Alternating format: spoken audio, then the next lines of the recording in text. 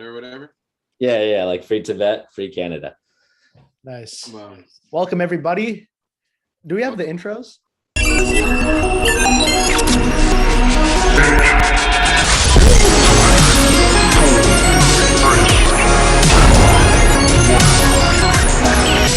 Note this out for that.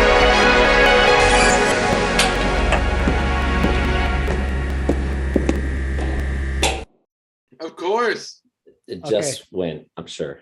Welcome. I hope you got fucking amped up by that intro, because right now we're doing a trio, a tree of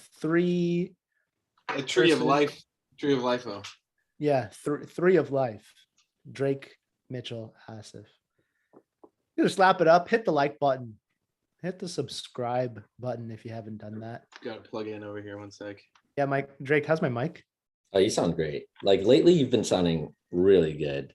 I Nice. just watched your you had a video, breaking habits. Habits. Oh my gosh, that was It so sounded like Like a good. Linkin Park song. Was he screaming in it? Hey, how's my sound? You There sound you pretty go. good. You sound Do I pretty sound good. like? Do I have that radio voice like Drake has? Yeah. You know who has a great voice? Asif has a great voice. You know? I can't What? tell if you're fucking Oh, joking okay. or not. Because I think Drake has a great voice, but you know how you hear your own voice different than if you hear it on recording. Yeah. Maybe inside Drake's mind, he's like, I fucking hate my voice. No, I love my voice. I love my voice. Okay. Also, the way I hear my voice is like it's deeper than what it sounds like when it's recorded, because like it's Wow. going through bone and everything, so it sounds a little bit more resonant. That probably sounds fucking crazy, dude. You probably sound like James Earl Jones or something. Whoa. That's what your voice sounds like to yourself. You guys are funny. Like, subscribe, comment, share. Comment a lot. Give us Comment a like lot. multiple. Cam's just Yeah. commenting, And then comment a on lot. each other's comments. All right. Cameron, if you're listening to this while you're driving to Minnesota, Don't keep comment. both hands on the wheel. Yeah. Nice. What's So- up with you guys? Well, did you guys watch that video that dead internet theory? Oh yeah, Dude. that was really Dude. interesting. Okay, so that thing is blowing my mind right now. Asif, for you, I'll explain it a little bit. Explain. Thank you. Right? Okay. Not for the So- viewers though. Don't listen. It's just for you. no. Turn off the recording. This is Yeah, just just for pause you. it for a minute. So basically, the theory is kind of like this. I don't know if you guys remember like really early stages of the internet, but like it would just be like really grainy websites that you'd come to. Like it didn't look as fresh and polished as it does today. You could just and there was no specific website that you would go to. You'd just be like surfing the web. Literally, it would just be you're just gonna find out what's out there, Think And about then- that term, surfing the web. right? That wasn't a natural, there's surfing is another thing, but they called it surfing the web because you're just like, It's like Yeah. surfing for fun. Nowadays, it's like you're getting headlocked. You're getting full Nelson into it. By your own will. That's funny. Join the web. But yeah, so You can't get out. back then though, like not everything was really professional like it is today. And Right. when you came across somebody's website, somebody made that with their hands and fingers. Dude, do you remember? Did you guys do AIM? Mm-hmm. AIM, Ask if yeah. you're probably too young for that. It was I AOL Instant Messenger. Yeah. Oh yeah. Oh, that was fun. You remember when you could have those buddy icons and it was like you had a little icon? That, Dude, I remember that was how I learned about the world. Was they had all these different buddy. There was a website called ballericons.com. And I remember just scrolling and they're like all this like all sorts of stuff about the world through these little buddy icons. Yeah. And like a lot of it was very like X-rated. And then I remember being like, what is this? Okay, I did not. That's how know I learned that. about the world. I was a little Yeah, more I sheltered than definitely didn't that. go deep. Yeah. But No. one thing I do remember is the authenticity of AOL, right? Yeah. America Online, and Yeah. then hearing you've got mail. Yeah, It's so yeah. satisfying. Exactly. I used Yeah. MSN. More of Yeah, an MSN guy. Oh, For sure. I'm sorry. Practically my initials. Wait, they let you use AOL in Canada? Yeah. Huh. So, but anyway, pretty much everyone that you would run into on the internet back then was a real person that you'd be communicating with. Even if they were playing a character, it was a real person behind the screen, right? Well, today, Yeah, well, hold on. That was fucking deep right there. Even if they're playing a Yeah. character, it was still a real person. well, because I'm saying playing a character because like, How are you gonna gloss over that? Like, well, okay. Well, back then it was also a thing. Be careful who you're chatting with online, especially for kids. You know, there'd be these chat rooms for children, and then there'd be adults Gotcha. in there playing a character of a child. gotcha. You know what I mean? Gotcha. So you weren't talking about like when somebody's talking shit about on your Facebook post, but they're just running like a character, like a program. Like you're talking about how people, I'm that's sure what that I thought you were happened too. talking about. I was not thinking about that yet. That's what I thought you were know? talking about. I was like, wait, hold up. You went real deep right there. Where's your awareness of where people are at? No. That's later. That's later. Right. That's but I get what you're saying. People trying to impersonate being younger than they are or whatever. Right. It was still a real person doing that. Yeah. Right. So Okay. now hang on. Is there something up with my mic? Because I'm getting like feedback on my own end. No? You guys Sounds are good over I don't here. hear it sounds good. Okay. You All right. sound amazing, Drake. Well, thank you. Yeah, dude. I actually just was fishing for compliments. So thanks, man. Catfishing for compliments. He's Yeah. playing a character right now. Yeah. on the podcast. It's actually a deep fake of Drake right now. And Oh, Drake is okay. out at some fancy restaurant with Christine, and this isn't even Drake. This is Alan, You're a actually. clone. This is Alan. Alan in a deep fake costume. Oh shit. Yeah, dude. he's doing a great I job. don't know how that works. Are you deep state, dude? Uh, Are you Bro, cute? Very different. Very different. Yeah, the real Drake died 5 years ago, and you're just a clone. why is that a thing? Why is that a I thing? know. It's crazy.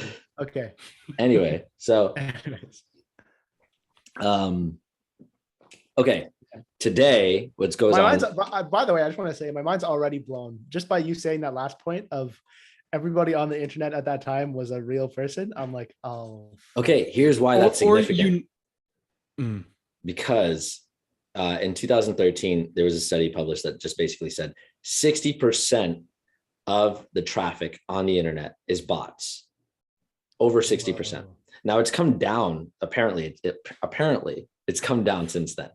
In 2018, they said it was like 50%. I think last year they said it was like, oh no, it's only 40% now, right? But from 2013 to basically 2018, majority of the traffic on websites was by bots, meaning a lot of the comments being left on YouTube videos are bots. A lot of the comments on Twitter, a lot of the comments in Reddit, and you know that bots exist on these websites, right? But we never actually, like, you're not looking at somebody commenting and going, oh, this guy's a bot. Like for the most part, the first thing you assume is this is a real person, right? 100%. And so what's interesting about that is a lot of it is just a bot making a comment specifically to rile people up. And one of the things in this particular video that I watched that they were bringing up was some of what did it say specifically? Oh, okay. First off, we don't go to the same websites that we used to go to, where it would just be like, we would just be surfing the web, exploring, and you could do whatever pretty much. Today, people go to pretty much the same 11, 12 websites, and they stay on those websites, right? Wow. So it's like Facebook, it's YouTube, it's Instagram, it's Twitter, just like there's a hub of social media websites that are very polished looking that people stay on. They don't do anything else, right? Wow. Okay. Aside from that, it's like the content that you get for a lot of this stuff, we think it's directed by people, but a lot of it is likely AI directed. How many times have you heard of the same story, but tweaked in a different way and just continuing in this cycle? And when I first heard that, I was like, I don't get it, but they had this great example.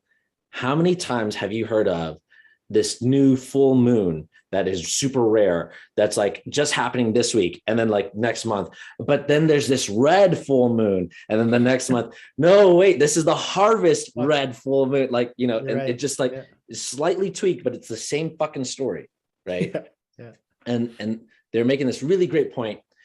Did you guys hear about I think it was in 2009 in Australia, there was like a government hack, essentially. Like this guy hacked into government files, and then basically it was like super big deal. The government found the guy, arrested him, and they were interrogating him, and they were asking him basically how he was able to hack into their system. What was the dude's name? It doesn't exist, actually. It wasn't like one of those No, well-known. it's not like, real. Okay, cool. It's not real. But you see how like just saying a story like that, and then having the imagery and everything that like story that. wasn't real. No. See, It's not like, real. I was like, oh, dude, that's definitely happened. Like, right. It's totally believable, right? Especially in today's day and age, with the just sheer amount of articles that come out, and that's something that an AI can write up. Right. It's a very simple story that you want to believe. Yeah. You know that little documentary, Humans Need Not Apply? Oh, yeah. And then at the end, he's like, but people say that, you know, robots can't do art and music and all that. He's like, the music that you've been enjoying this whole time, super nice music. AI fucking created that. I was like, oh shit, the motherfucker covered every base. So this is a really great example of that. Yeah. If AI could create like musical compositions, all it is just sequences. Yeah. Right. It's the same thing in writing. It's just a little more. It's just a little more parts to it. So that makes there's a little bit more nuance to writing, right? Like if you want to say like a funny story or something like that. But for the most part, like writing an article like that seems pretty straightforward, you know? Yeah. Like, or even just coming up with the concept of it's this idea or that, like what Cam was showing us yesterday with how like he got flagged for writing a comment that said, I just ate this mushroom and now I'm violently ill, right? Tastes like rotten chicken, right? I'm sure an AI was just like going through and seeing like, oh, violently ill, these words are not allowed anymore, you know? Yeah. So for those of you who don't know, it's like he posted a picture of like a mushroom, and then I think it was Kim, like Avery's wife. Yeah. She was like, oh, watch out for those. They might be poisonous. And Cameron was like, no, it just tasted like, she's like, I already ate one. It tastes like chicken. For some reason that causes you to be violently ill. Yeah. And then he got a message from Facebook saying, this comment seems like it could be bullying or harassment, and it's not in line with our community guidelines. Do you want to delete the comment or ignore? And I was like, wait a second. If it's that sensitive. Yeah. No,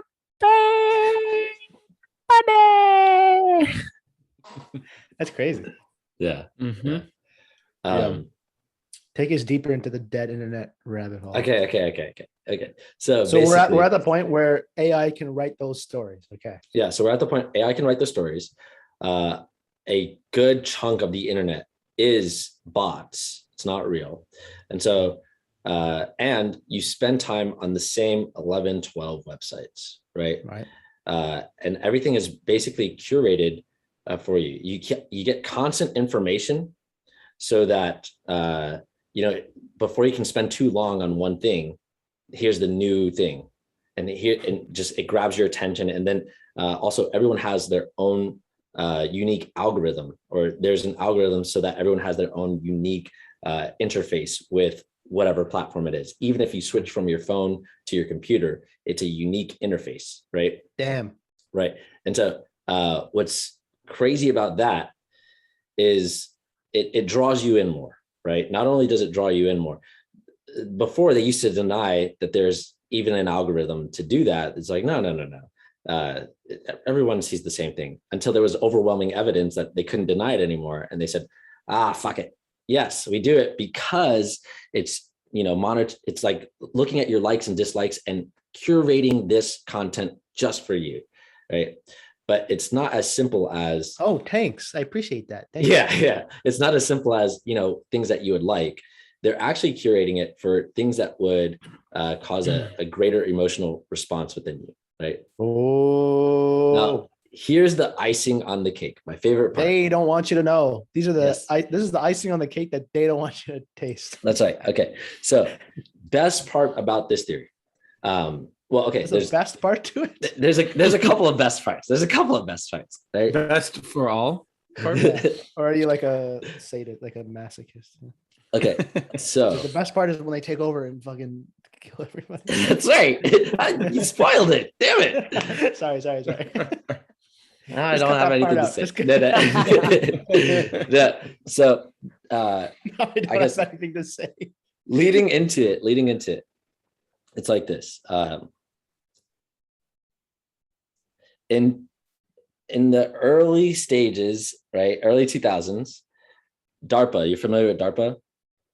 Mm-hmm. They're the Is it- this Is defense. it like herp derp? It's a what? Herp derp? Not Herp DARPA. No, not herp derp. Okay, DARPA. No, What does that DARPA stand for? is man, I don't know what it stands for The exactly. It's a defense agency.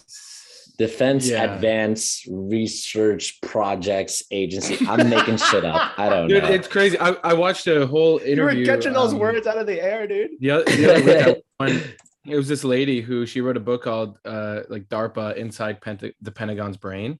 Oh. And it was so eye-opening. She goes on for like an hour of all the stuff that DARPA's done. Wait. Is it a video or a book? Wait. I was actually correct. It is Defense Advanced Research Projects Agency. I was right. I was right. What the fuck? Holy shit. I blow myself away. All right, continue. Mitchell. Wait, Mitch, was that a video that you were watching or a book that you were It reading? was a video I found on YouTube, but she wrote a book. Okay, gotcha. Yeah, and like the stuff that they've been up to is just like, I mean, it's not surprising. It's just when you hear it in plain English, it's like, this is pretty insane that people are working on all this kind of stuff. Like, what you wonder what they're working on now. If we're already of 5G and drone technology and surveillance and stuff, you can only imagine what they're actually talking about behind closed doors. But anyway, Drake, bring it through. Okay, hang on. I'm just closing tabs on my laptop because my shit's acting buggy. What were we saying? Oh, okay. DARPA. Wait, Drake. Whoa. We can't hear you. That's so funny. He's like, okay, so are you ready? DARPA.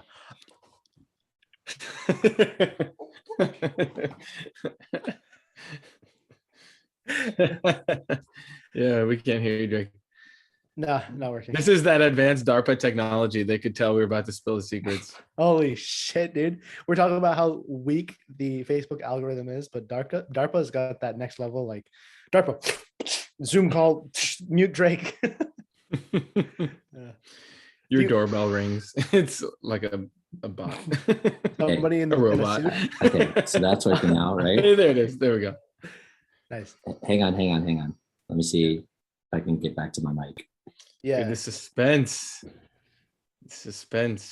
Mitch, somebody shows up at your door and then they What's say, that? come with me. And they take you into the basement and they sit you in a chair. And they say, Hey, Stop. I don't think you belong in our club. Yeah. All right. How's it sound now? Good? Yeah, that's great. That's great. Sweet. Okay, All right. so you literally right when you said DARPA, that's when it stopped. I'm just not going to say the word anymore. Just not going to say it. Oh, He who let's should call not it, be watch named. this. let's this call it podcast- APRAD. Brad. APRAD. Brad. Guys, it's the reverse of DARPA. Code. watch this one get like flagged. Be like, your post goes against community guidelines. You're harassing. Harassing DARPA. Yeah. Okay, so basically leading up to early 2000s, DARPA had announced, and DARPA, by the way, is a government agency. It's the defense agency, right? Or part of the defense agency. And basically, they were announcing that they wanted to do a project where they could monitor people's lives, right? And predict their behavior. So they wanted to monitor basically every aspect of a person's life, everything that they did. They wanted to have specific logs of everything that they were doing and where they were going and what they were buying and things like that, and then predict what behavior they might do, right? Well, in 2004, there was a lot of pushback, a lot of public pushback. And so in 2004, they had announced basically, we're not doing this project anymore. Because we've gotten too much pushback, congressmen are down our throats, all this stuff, right? So they announced that February 4th, 2004.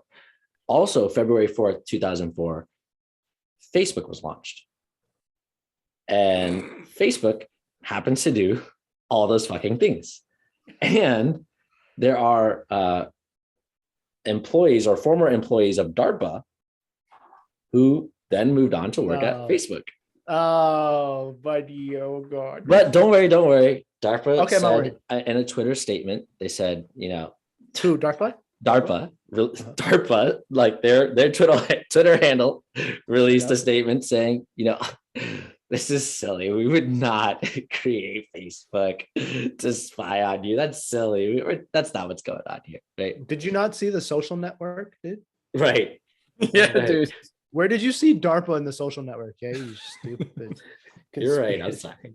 Winklevoss twins, dude. Not DARPA. That's it.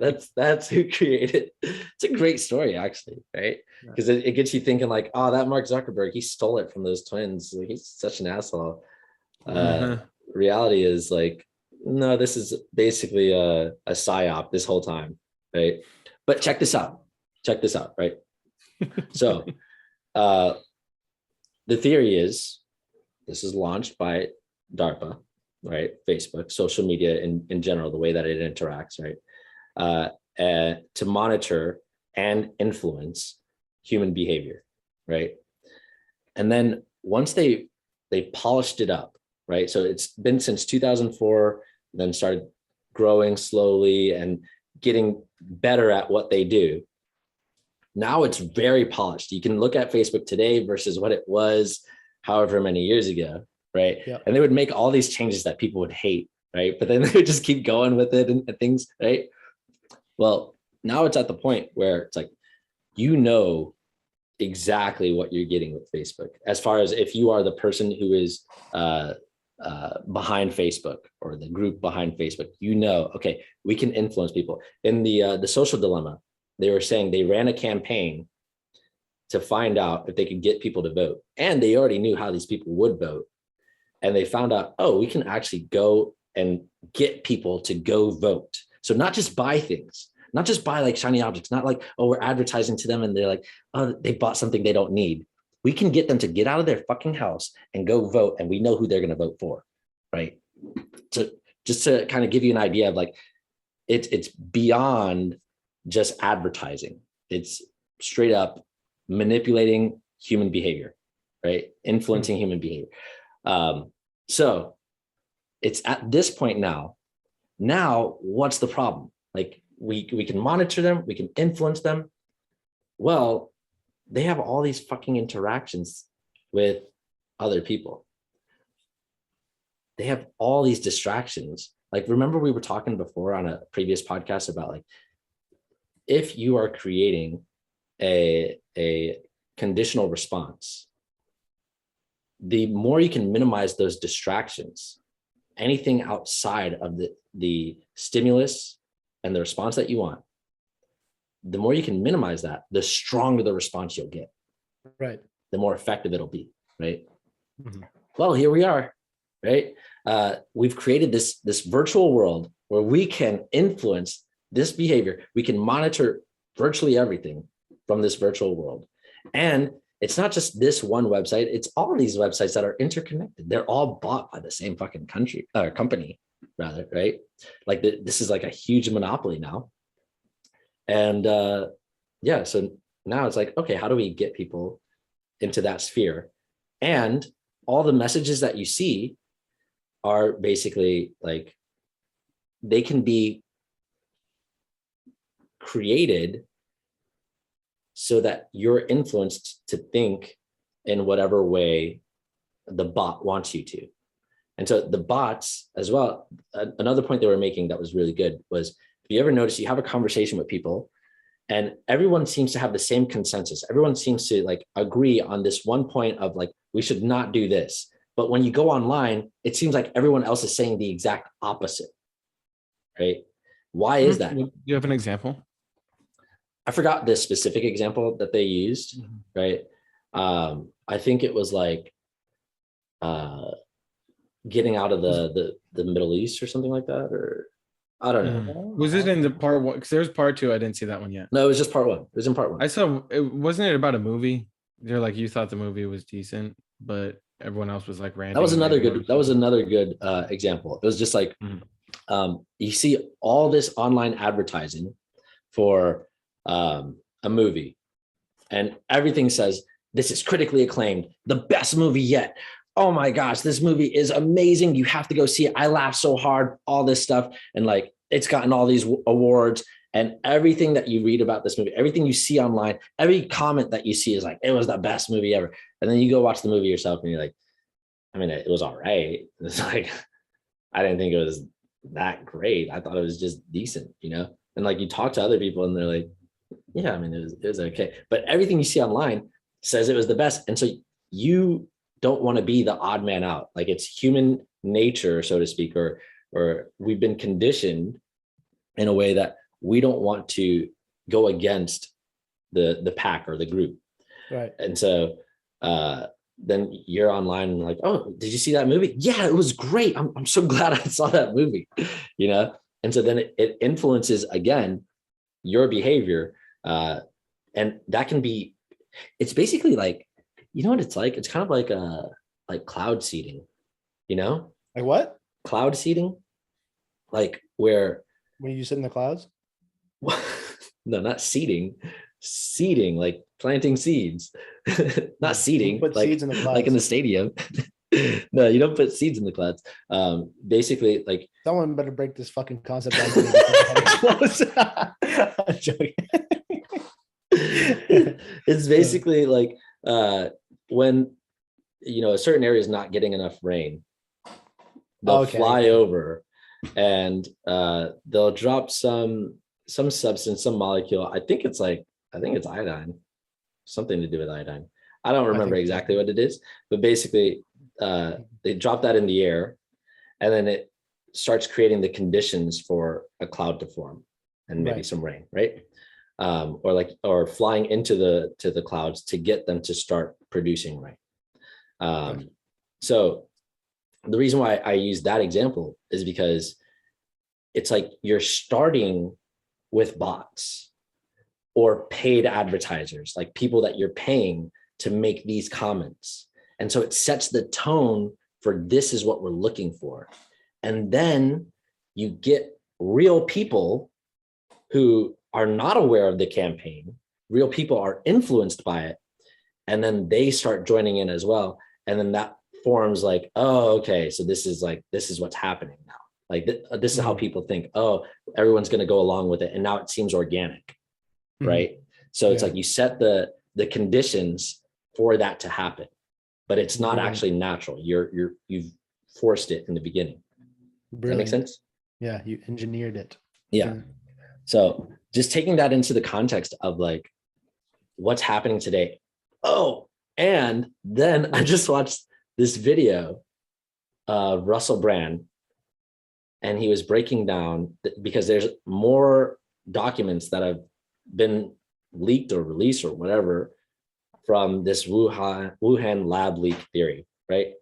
Not bad, but and here's the fun part about it, right? DARPA is involved with this Wuhan lab leak, right?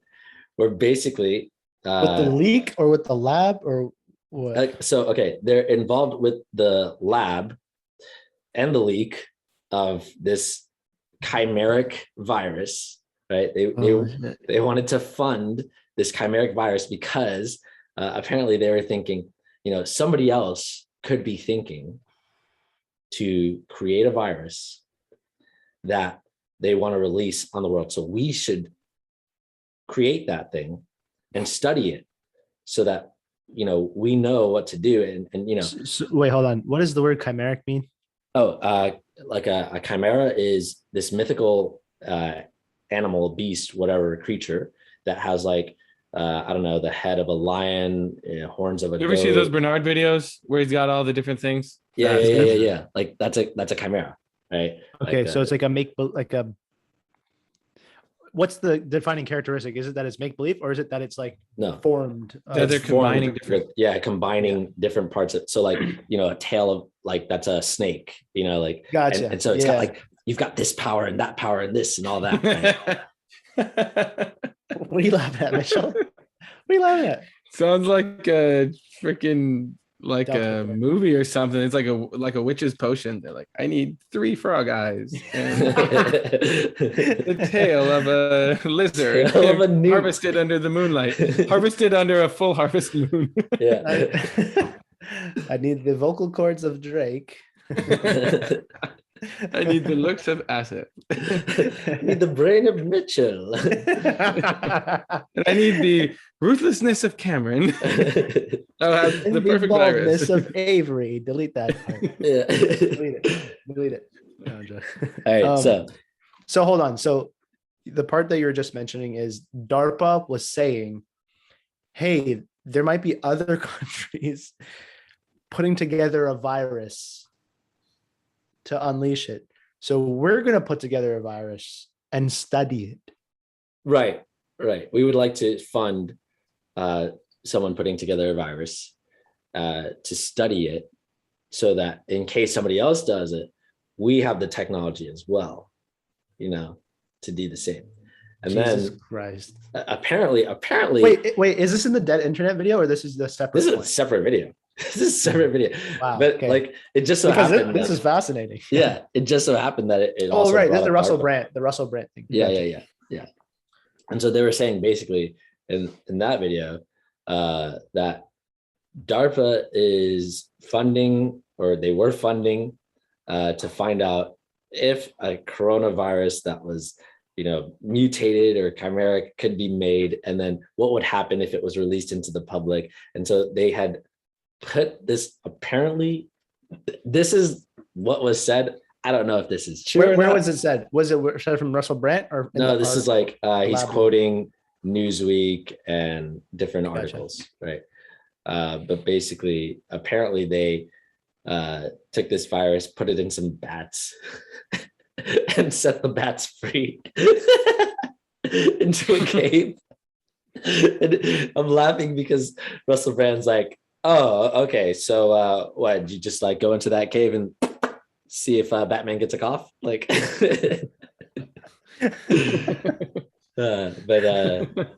yeah, so I find that really fascinating, because like connecting the dots for me is No, that's not allowed. okay. That's harassment. Don't. Yeah.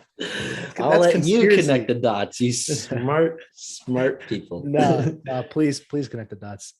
Okay, since you twisted my arm, but basically the way I see it is, if you could create a sterilized environment in which the animals that you want to control can be well controlled, versus leaving them out in the wild and leaving it up to chance, right? And you've created a sterile environment, and you've put in place literally everything that you could possibly think of, and you've had time to develop it. And then the only problem is getting them into that environment, right? This seems like the perfect way to usher all of those animals all at once into that environment, and you have full control. What seems like the perfect way? A virus that is Oh my God. pandemic, like catastrophic. So you're basically herding using this virus to herd all the animals in front of their computer and at home in front of their phones all the time. Yeah. But then you have this dead internet point of you're not even interacting with other beings most of the time. right. You're just interacting with their algorithms, their AI, their bots. with corporate algorithms, governmental algorithms that are programming you for one thing. But it's like, how do we get people in front of our programmer, Yeah. in front of our programming device? Yeah. It's like, oh, let's release a virus, dude. And what I was thinking on the flip side of that is like, just when you were talking about the point of how opinion is influenced, all that stuff, it's like, just as I don't know if I'm going to be able to communicate it clearly enough to the degree where people will really get the essence of what I'm saying, but you'll understand it logically of like, what if even the point about the virus being created was just the algorithm speaking? Where it's like, it created the conditions to hurt everybody here, because what the fuck? He got it from Newsweek, and Newsweek, Right. you know what I'm saying? Right. No, All of it's that can be a point. production of, It's a great point, because like, it's just basically saying, man. right. And then the pushing the point of use the PCR test was also, I don't know at what level, but anyways, it's like everyone's using this test that has been proven to be completely false. Yeah. Like wrong, just wrong, right? Yeah. But why did that happen? Is it based off reality and science, or is it based off of public opinion, which is being molded by the algorithm? Yeah, exactly. So it's a great point, because at the end of the day, it's just information that's being used to manipulate each one. It's kind of like the point that we were making on the last podcast about truth, right? Yeah. And so like, people are thinking like, oh, once you find out the truth, it's like, it doesn't matter. It doesn't matter, because either way, on this side and on that side, the information is being used to manipulate you to do this thing. And so you're doing the thing. So regardless of what you believe it is, doesn't matter, because the end result is you doing the thing, which in this case, the thing is getting trapped on the internet. Right. Because just like how truth, the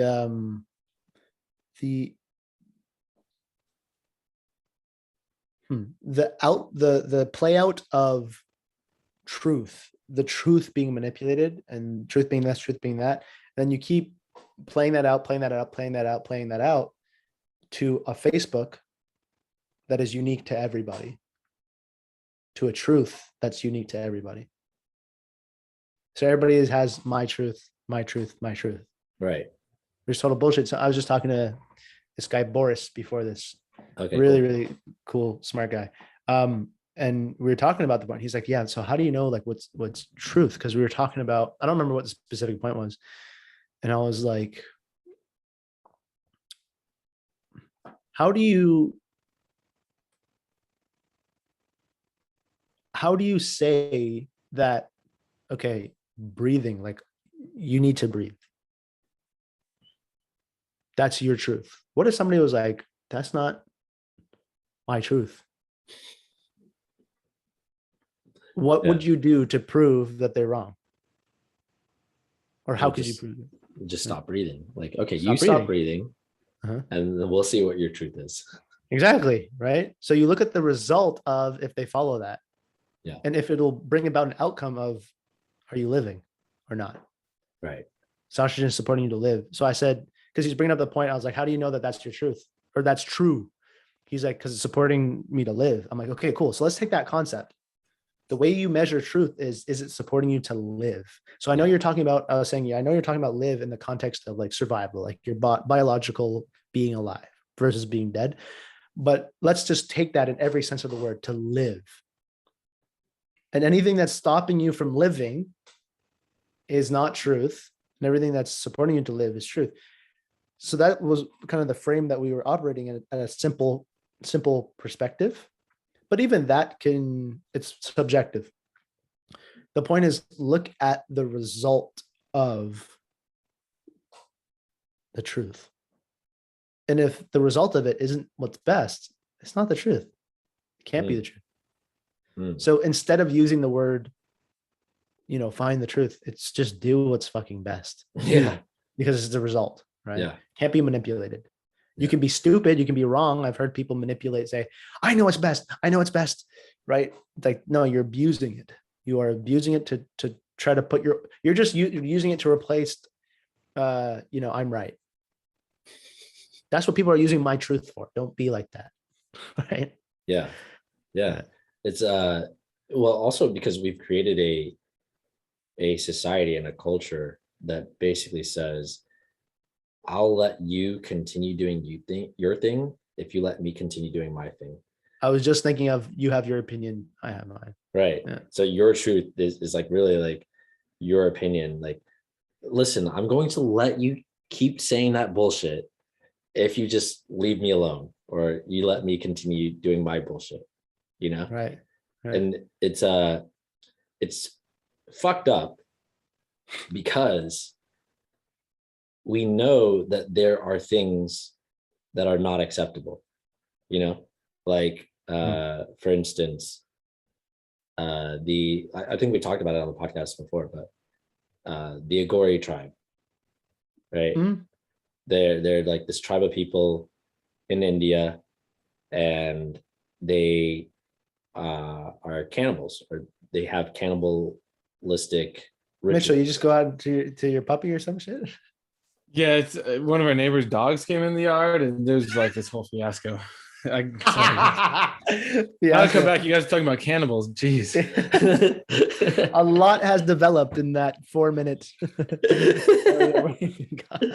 Love it. Yeah. Let's but- catch Mitch up real quick. What did we Okay, yeah. say? Go for Yeah, it. and for any of the listeners who are like, "Whoa, how'd this get here?" Well, no, they were all listening, dude. Just me. Well, you weren't here, so it's okay. You'll listen to it again. You'll say, "Oh, it all makes sense." So actually, Mitch, go listen to the podcast, get caught up, then jump back in, and whatever you missed, then you can just listen to that and then jump back in, and then the podcast will be over. So the question that we were bringing up at this point was What up to what point did you hear? We were just talking about the bats getting put back into the cave. Then So what happened? okay, so what Drake was saying was setting up the conditions that force the people to be in front of the programming device all the time. Genius. Stay home and stay safe. That's why Facebook, as soon as I try and send a GIF to everybody, it's all like stay home, stay safe is the automatic ones it populates with. Right. Interesting. Yeah. So look at that, right? It's like they've set up this beautiful, like all the context that Drake was talking about with the dead internet theory video of setting up the storefront of programming, right? It's like super beautiful. But how do you get people into your store? There's a virus outside, so you can't go there. Right? That's kind of like what Drake's talking about. And then I was talking about how do you even know that there's a virus? It's all from the programming device. Seriously. So what if the output of the programming device was to set up the conditions in your mind outside that keeps you coming to their store? Right. And then the other dimension of that is like, okay, but there's real things happening outside, like the PCR test and all that stuff. But the PCR test is a totally false test. Yeah. So what if that was also from the programming device of the internet, of bots just cycling? Yeah, like you're fucking retarded if you think the PCR test is wrong, like all this stuff. But now it's like fact, right? So it's like, what's happening? It's just so, and then we caught up to, what did we talk about right before cannibalism? Oh, just the acceleration of everyone having their own thing, the acceleration of ego, the acceleration of my truth. Everything. Truth has become so subjective that now it's my truth. You have your own Facebook feed. It's my opinion and your opinion is fine. And I was talking to Boris, right, before this podcast, because he brought up the point. He's like, how do you know what's truth? And I was bringing up the point of like, well, how do you know? Because the truth is so manipulated, right? I was like, how do you know that breathing is true? Like, how do you know like that's the fucking answer? If somebody else said that's not my truth, how would you know? Mitchell, what would you say? Well, based on observation and everything you've experience so far, it's like I've always breathed, and I can tell the breathing keeps me alive. Plus, I don't see an alternative. Like I've never seen anyone not breathe and live. Right, exactly. So what he said was the same point. He was like, oh, if the breathing, because the breathing supports me to live. I'm like, okay, cool. Let's take that set of words. I know you're talking about live in the context of biological survival, right? But if it doesn't support you to, let's just take every dimension of the word live. If it doesn't support you to live, then it's not true. Imagine if we used that to determine the truth. But then I was saying that was even subjective, right? But so the concept of what we're talking about when we say, well, if that person holds their breath, they're going to die. What are we looking at? We're looking at the result. We're looking at the result of what you're saying your truth is. So if you look at the result of whatever we're saying is the truth, it should result in what is best. That would show that it's aligned with reality. So then instead of talking about my truth, let's just talk about doing what's best, because that will always be aligned with the truth. And if it's not, then it shouldn't be your fucking truth because it's not true. And then that caught up to Drake bringing up this tribe that we definitely talked about before. I just don't remember the context. So take us there. I think All caught up, Mitchie? I'm perfect. that was great. That was a great Perfected. recap. I loved it. I know. I was really testing myself there for the viewers and everything, tying all the strings together, right? Loved This it. stream of this is what I tell people, right? Sometimes when people are like, how do you, how do I get to speak like that and all that stuff? I'm like, just like all of us, I'm sure. You couldn't speak like this before. We use the tools, we integrate the information, we became distributors, so we put ourselves in a position where we have to communicate the points. Yeah. Right. And this is what I say. I'm like, dude, 40 to 60% of what I say is always new. Like all of this conversation, apart from this morning, like what the part that I just mentioned with Boris, I've never said this before. You guys are saying new stuff, right? So no, I'm working on a script. This is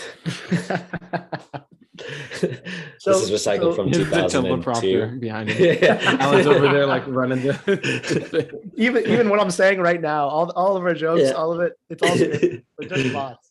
But my point is like it's pretty not stream of consciousness for what that usually implies, but it's all like us real-time realization. So It's extemporaneous. Extemporaneous. Wow, extemporaneous. So us taking that and then being like, okay, what did we say so far, and putting it all together, it's like, okay, so now I can see it more collectively rather than just like the real-time realization, putting it all together in a nice little neat package to give to Drake to add more to the package. Take it. Oh, there you go. Yeah, just put it. Yeah, that's good.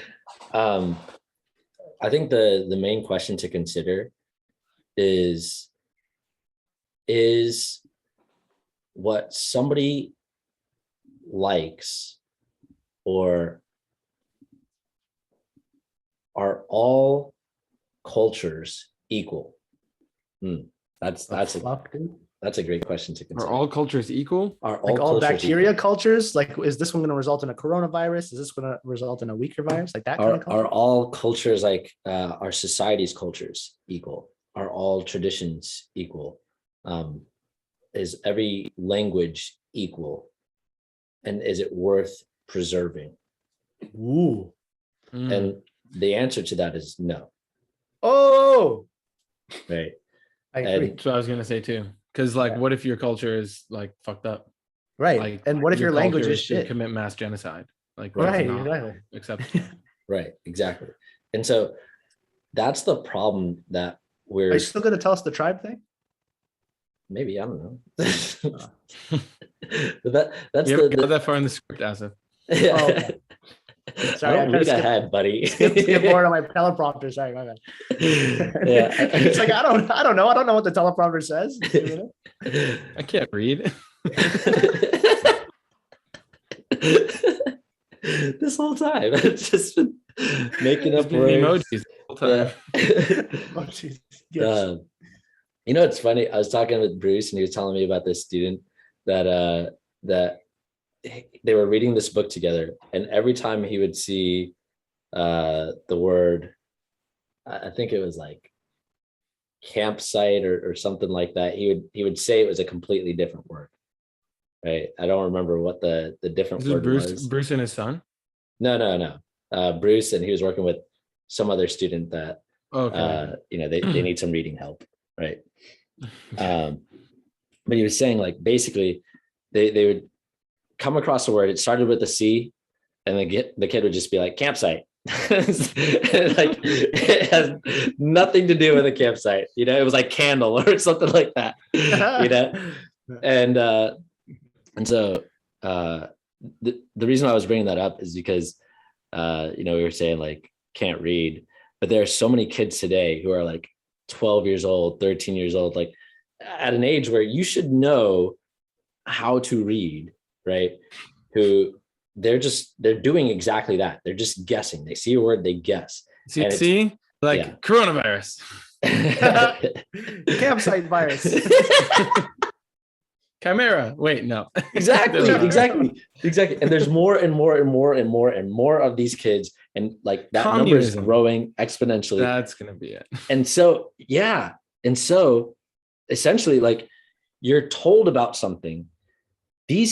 Think about this. If you're that child grows into an adult who never establishes a strong reading ability, actually, what ends up happening to you is whenever some authority says this is what it is, you have to go along with it.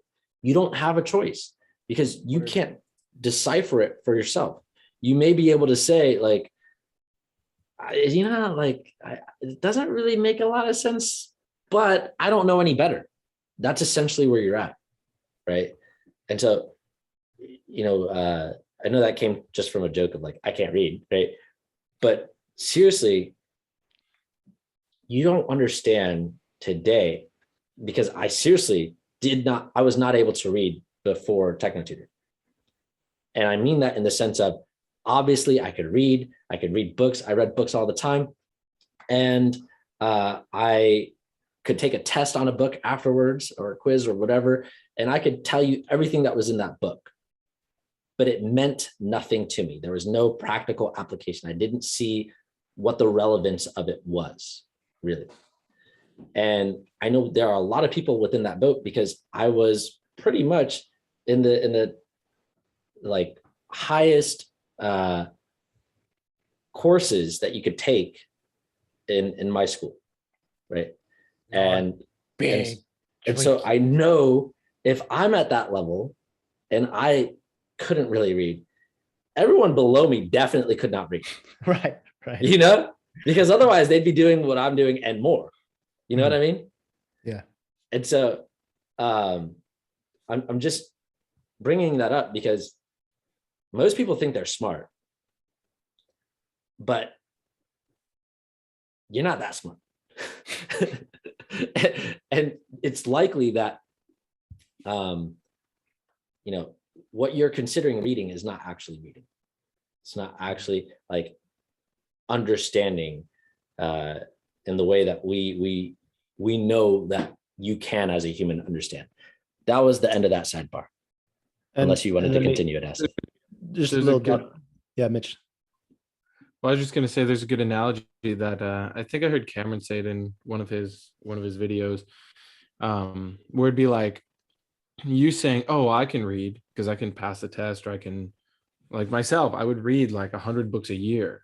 Yeah. But that'd be the equivalent of like, let's say you're in a lap pool and you're swimming, and then Michael Phelps, gold medalist Olympian, comes next to you. And you're like, "Hey, Michael, look at me. I can swim." He's like, "Yeah, buddy, sure." It's like, that's literally what reading is. That's like pre-TechnoTutor reading and then post-TechnoTutor reading. Unless you're already Bill Gates or Warren Buffett and literally born with that, there's very few people in the world who can actually read. That's why there's very few people in the world who run the world. Dude, and that's why TechnoTutor is the great equalizer, really. Yeah. Because now everybody can read. This is how you fuck everybody over. You make them think that reading is not reading. Yeah. And they're over there saying the New York Times is like this amazing source of information. It's like you literally don't know anything. It's like legit gaslighting, like like beyond like, okay, all right. That would be like taking take your favorite movie, make it an abridged version, and then make all the characters much simpler than they actually are. Like take away, like, I don't know, take away what makes them that character essentially. And then like, but you're still telling the same story. Like, oh, here's a great example. You can tell the story of like Pocahontas. Yeah, all right. Guy comes into this tribe. He's basically an outsider. He's going to be killed by the tribe. Daughter of the chief of the tribe. Basically, she's willing to sacrifice herself for this guy, and then the chief decides to basically not kill the guy, and they live happily ever after. There's a guy I've actually never seen Pocahontas. Thank goodness I didn't get brainwashed by Disney, or wherever it comes from. Yeah, but I'm sure it was like a book originally or something. But I'm then sure it does was the like a guy folklore before Disney. then does the guy end up like saving the day? I don't know. Maybe. Sure. Sure. He says, does it really if change the story? Like, I would write this. like the point is, I can tell you all the like details of it like that, or you can read the book or watch the movie and get like all the extra details, and like it's way more than what I just said, you know. And so that's what people get from reading is like little bits here and there that don't even seem really connected. It would be like just a bad telling of a movie that you watched or a book that you read. It's like, imagine I sat you in a car and you sat in the driver's seat, and then I was like, okay, what's this? You're like, steering wheel. Like, what's this? You're like, keys. You're like, I'm like, what's that? Ignition. You know, what's that? Gas pedal. You know, gear shift, brake pedal. You know, all that stuff. Radio. I'm like, okay, are you ready? You're gonna show me you know how to drive, right? I'm like, okay, start the car. And you're like, what? I'm like, you know what keys are for, right? You're like, I know what keys are. Like, I know what it looks like. These are keys. I'm like, yeah, exactly. So put the key in the ignition. They're like, what do you mean? I don't understand how those two things interact. Yeah. I'm like, okay, I'll do it for you. And then I start the Plot car. twist. It's a Oh. push to start car. You fucking idiot. That's those keys. You just leave them in the cup holder. You stupid. The person in the driver's seat was smarter than me the whole time. Say it, whatever, push the start. But anyways, you put so I'll start the car for him. I'll put the key in the slot, turn it. I'm like, okay. So right now the wheels are like this. You gotta align them straight so we can reverse. Okay. So now rotate the wheels. They're like, I'm like, you know, the steering wheel? They're like, yeah, steering wheel right here. You're like, do you know what to do with the steering wheel? You're like, You're like, fuck.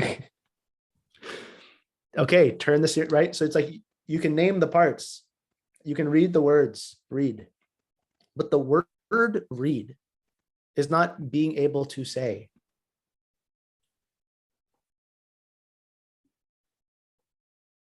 What reading is pattern recognition. To see the consequences of a word.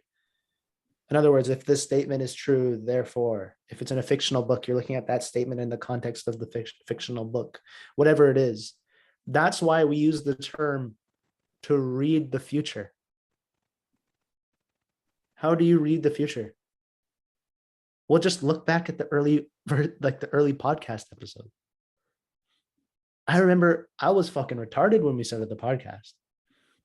Before the podcast, I was really fucking retarded. But I was like, just compared to where I'm at today, my ability to read has gone up astronomically. Because Cameron would share some of the predictions that he had coming up, like, yeah, like kids are not gonna be allowed in schools, and you know, people are gonna have to stay home from work and all this stuff, right? I'm like, I was teachable. When you have to tell yourself I'm teachable, that means you're experiencing some shit inside. You're like, yeah, okay, Right. wait a second. All right.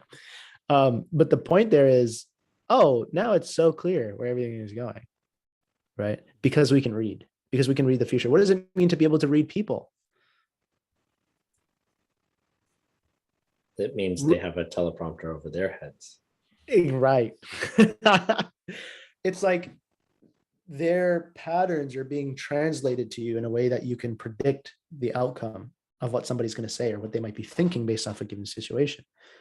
Your ability to recognize patterns, being able to read a book about or read an article, several articles about coronavirus and where the times are at in the global situation, and not being able to predict the future, you can't read. Right. And you're constantly developing your ability to do so, but it's just giving new context to the word read. It's not being able to sound out the words, because I can read Spanish if that's the case. Yeah. It's a pretty phonetic, you can just say the letters kind of thing, right? Renata, Bengata, Michelazo, Caroso, Parking Lotoso, whatever, right? None of those are words No, in Spanish. maybe Renata. Maybe not. Okay. But the point is, I'll be able, if you give me a sentence, I'll be able to read it. That was more Italian sounding. Maybe, eh? No hablo español. Okay, those are words. Yeah, exactly. So the point there is, I'll be able to read a sentence if you give it to me. I will not be able to tell you what it means, what it says, what the context is, anything like that. That's how we read English. We have like a 10% ability to actually extract information from it, but we could just sound out the words. It's a big problem, massive problem, because then you have these bots that are telling you what the information says. Yeah. And I mean, just going back to last week's podcast, fact checkers, which nobody even reads the fact check. And when you do click on the fact check, the funniest fucking thing is it confirms the information that it's fact checking. That is always fucking crazy to me. Right? So it'll say, fact check, this information is partly false, or this information is misleading, or whatever. And then you read the fact check and it's like talking about something completely unrelated. It'll be like somebody will post a meme like, did you know Fauci was the head of the Northern Institute NHS? Infectious disease, NAID or NIAID, North American National Institute for something in disease. Okay. But anyways, it's like it'll say like Fauci headed basically this organization that funded $3.6 million into Wuhan labs for coronavirus research. That'll be the meme, right? $3.5 million to coronavirus research. And then it'll say misleading or like partly false or mostly false. And you'll go read it and I'll just be talking a bunch of shit about people, blah, blah, blah. And then I'll be like, okay, so it was mostly false. They said 3.5 million. It was actually 4.2 million. It was $4.2 million. You're like, okay, but like, damn, I should read these more often. Like, yeah, like you just really confirmed what the fuck this thing said. Yeah. Or Russell Brand had that one of him making the link between the fact checkers of the vaccine being J&J. They were like directly funded, or by Pfizer, one of the two. Yeah. So you fact check me. Like it was not funded by J&J. It was funded by Pfizer. right, exactly. You're like, okay, got it. Yeah. Well, that's all of our content. No, there's more. I'm not done, damn it. I want to go back to that question of what about the cannibals too? Well, yeah, okay. We'll talk about those too. But basically, are all cultures equal? And we already decided no. And we're not deciding that because we're assholes. We're deciding that because you can objectively look at a culture like the Agori, who they practice cannibalism, and they will smear their own feces on themselves and others, and do a bunch of other things that like no society deems as acceptable, All right. So we're not deciding this because we're assholes. The assholes thing is a given, and this is a separate point. Yes. Got it. Yeah. Thank you. Thank you for clarifying that. No problem. I feel much better. Drake's like, wait, am I giving the impression that I'm not an asshole? Fuck. I can't. I don't want to do that. I want you to know right off the bat. All right. I know like this comes off as really personable, but I'm an asshole. But what I was saying basically, like, no, okay, that's not acceptable. We know that's not acceptable. However, there's so many things within our culture or within everyone's culture that people want to hold on to just because of memories, right? And so like these memories are essentially passed down from generation to generation via the traditions, the cultures, etc. And so we hold on to these cultures, not because they're actually best, but because they give us some sort of feeling, right? And like we're making history repeat itself by just being like, yeah, I want to repeat history. it's actually, I think it's more of like a feeling of belonging, you know? Yeah, Like, it's like a comfort point. yeah. It's like you already have the prescribed behavior about how to respond to a certain stimulus. Oh, it's Christmas. Okay, what do we do again? Got it. Yeah. And so most people are thinking about it. Like most people are aware that we're just repeating culture and tradition, and that a certain person is going to continue doing that. Most people are aware of that. And here's the proof of that. You look at the argument of racism in North America, right? Whether it's like for, your tribes up there. I hear you guys had a day of reconciliation, which is like hilarious to me.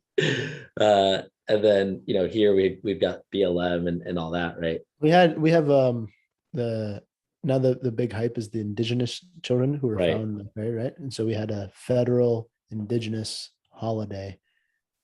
Well, for everybody to recognize indigenous people, like last week. They are playing up the fuck out of. I was at some party, and on the screen there was a soccer game, and the coach was wearing orange, and the ref was wearing orange, and the coaches were wearing the orange shirts that said "Every Child Matters," which is all about the Aboriginal point. But it's like that logo is being used. Not the logo, the slogan, right? Every child matters. Yeah, I think it's every child matters. Oh, Shit. Yeah, here we go, baby. You're welcome. that's good. That's good because baby. Thank you very much. Thank you very much.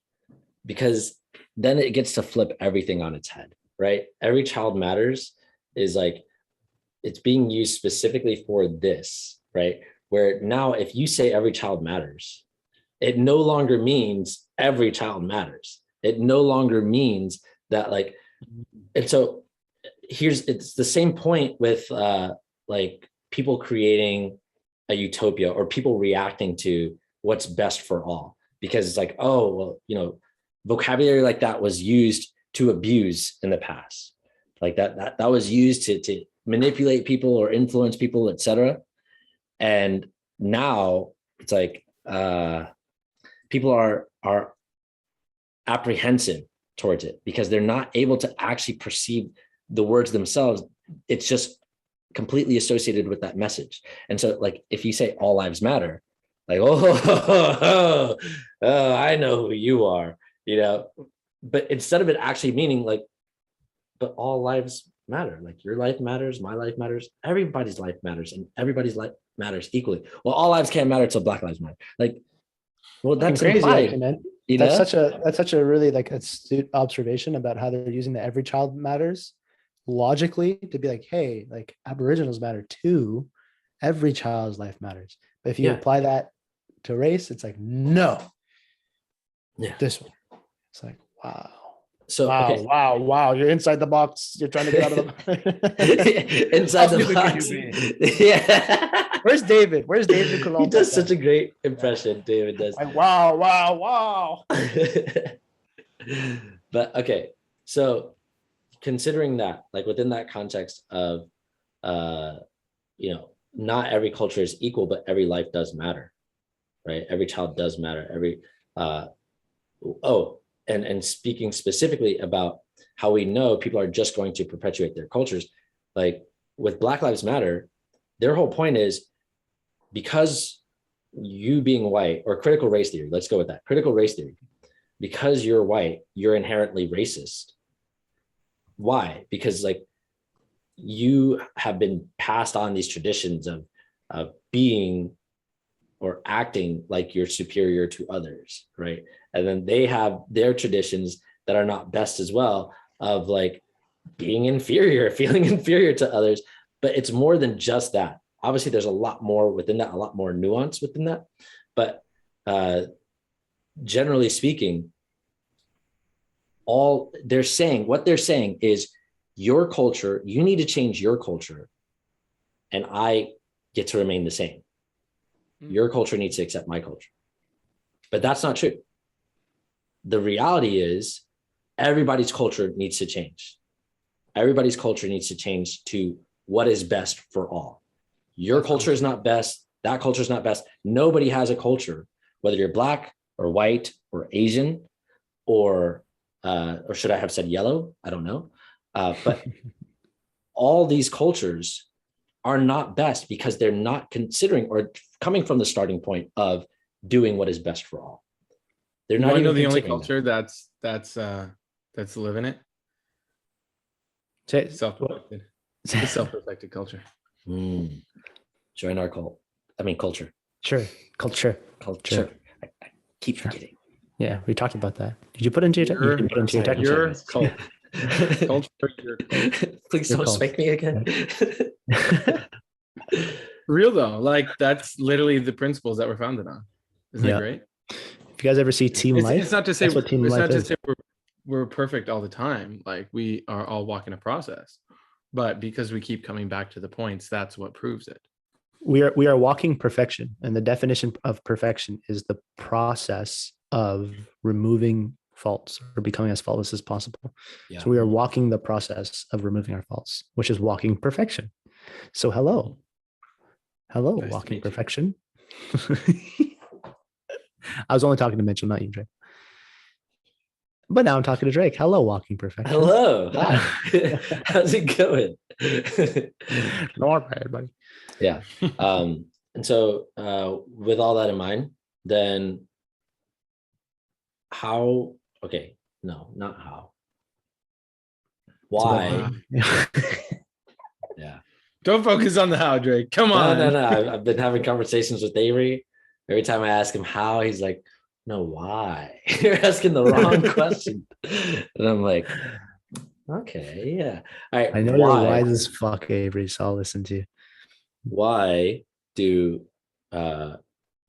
every culture need to change? Oh, wait a minute. Didn't you have this as Don't tell anybody, Drake. No. I'm telling them all. Hey, if you're listening to this hangout, or no, this isn't the hangout, this is the podcast. If you're listening to this podcast and you are not on the hangouts, you don't participate in the hangouts, you need to get on these hangouts. They are amazing. The hangouts we do in our Facebook group every Friday night. And last hangout, there was over 60 people, and they're pretty much consistent like that, right? And they're amazing. They're so much fun. Everyone participates, gets to chime in. Yeah. Talk about moms on the calls, right? Oh my gosh. All-time high of moms on the calls. So many mommies on that call. And, Awesome. and I mean, like, so many young men who have joined this group, right, are improving their own lives. Yeah. And women, of course, yes. Yeah. But specifically this last call, it was a bunch of young men had made such strides in their own life that their own mothers were recognizing how much they had changed and saying on that call that they were proud of their sons, right? And epic. Yeah, it's pretty awesome. I've experienced that firsthand with my own mother, having done this process myself, and I'm still walking this process, but having changed so much that my mom was like, yo, what are you doing? I want to do it. And me actually wanting her to be a part of it because I know the changes that I made and I saw how it was improving our relationship. And then her joining actually helped to strengthen our relationship even more. And so it's just been this really cool thing to see, like, that's not just for me. Yeah, it happened to me, and like, you know, I share with other people, but now seeing it happens to that guy and that guy and that girl, and like this is actually it's not something that is special for me or unique for me, or only I can do it, or, you know, only I have the skill set, or only intelligent people, or anything like that. It's literally just, you start doing this process. If you're actually walking it, you will change. And then your environment around you changes. The people around you start to change as well. And some of those people will join you because they see just how much better your life is getting. Yeah. Raving reviews from the mothers of these Critically young men. acclaimed. Critically acclaimed. So, okay. To that point of, nope. Why the cultures need to change. Because the reason you're Yes. referring to that is the video challenge. Why Drake brought that up is because the video challenge right now is why I need to change. Exactly. It's gonna. Thank you for piecing that together for me. All right. It's so funny. It's so funny. I'm watching some of those people make the post, like not even do the video challenge, but they make the post like, why do we need to change? And then you have all these spiritual people like, well, change is the only constant. Of course, we must change and all this stuff. It's like, okay, that's an example of someone who can't read. Right. It's like, no, we need to change the fact that you're only focused on change as a constant. So you don't have to change the rate at which you're changing and what you're changing. Yeah. Right. It's like, let's change the fact that this world is actually fucked right now. Yeah, exactly. Oh, one more cool point that I was going to mention on that point that you're mentioning about how mothers are realizing how much these young guys were changing. And the reason why Drake was talking about young men is just because this particular call, there was several young men who had their mothers on the call. That's why. I've in the last short little while, I'm seeing it more and more and more, where I'm having a 20-year-old, 25-year-old, 27-year-old saying, hey, I never thought in my life I would even consider having kids, but now that's like my focus because of this group and being able to take more responsibility and sort myself out to the degree where just enough where I can see that I can change. Not that I'm where I'm at, but I can see that I can change. I can see that I can change my financial situation over time. So now, like, thanks to you guys for bringing this process to me, right? Not that we're doing it for them, but we brought this process to them where they're now like, yeah, I actually want to have kids. Because there's a purpose behind it. This is what the last person said. They said, this is the first time that I see having kids as being purposeful. There's a reason to do it. Because before I was like, yeah, I guess like people just have kids because that's just what they're programmed to do. So I don't know. Maybe I'll have kids, maybe not. People who are afraid to have kids, like, or at least use the excuse that I would not want to bring kids into this world, are not taking responsibility for this world. Oh, right? Yep. Boy. Yep. It's like It's you're true. not taking responsibility for It's this like the world. ultimate being a victim. Yeah. And, Right, exactly. and you're basically saying you wouldn't even know how to support your children to take responsibility for this world either. You're basically leaving this world up to crumbling, falling apart, because there are people who are continuing to have children who they're not going to take responsibility for it. So especially if you're like a eco-conscious, or like, I don't know what you would call it, but if you see like, oh, this world is a mess and you don't want to bring kids into this world because you think it would make the world worse, you're part of the fucking problem, you know? Mm-hmm. And so that means it's time to change yourself so that you can take more responsibility. This is the process that we're talking about. This is what we're like all about. I know we talk about a lot of fun topics on here, but it always comes back to basically taking responsibility. And it comes back to really first educating yourself. You have to educate yourself in order to take actual responsibility, right? And then you have to not just educate yourself, educate yourself in a way that's best. And that's really what we mean by education, right? But then also, the next point is family, right? Having a family, building a family, educating your family, making sure your family has everything that they need emotionally as well, right? And so you're creating an environment where you're not abusing, you're bringing people into this world and they're not being abused, right? And then within that, creating or having a purpose, right? Having a real purpose for what you're here to do on this world, meaning like doing what's best for all. Like if you don't have a purpose, then you're not going to create a community. You're not going to make a difference or an impact. You're just kind of wandering around. Like what point does it matter that you're educated if you have no purpose, if you're not going to do anything of significance with it? You know? Yeah. That reminds me of kind of 2 points. So one on the purpose of what that looks like right now. Well, actually, let me say this one other point before I forget it. When you brought up that idea of these people that don't want to have kids, Yeah, because they like see that the world is messed up. Yeah. Reminded me of this one guy. He was one of my friend's roommates in university. I remember talking to him one day and he's like, yeah, man, like it was like this young guy where he should be at like the prime of like, yes, I want to find a woman and I want to have a family. And he's like, yeah, man, I'm just so scared for the world. Like, I don't think I want to bring kids in this world, like my carbon footprint and all this stuff. And I'm like, dude, I bet that guy got hit with all those dead internet bots like hard to the point where he just accepted like, oh my gosh, if I have a child, like it's going to pollute the world. But in reality, it would, if he didn't understand the principles of doing what's best, then yeah, it would not be best for him to have a kid. But that's just now, so now to bring it back to the purpose point, that's my purpose. right. To find all of those people.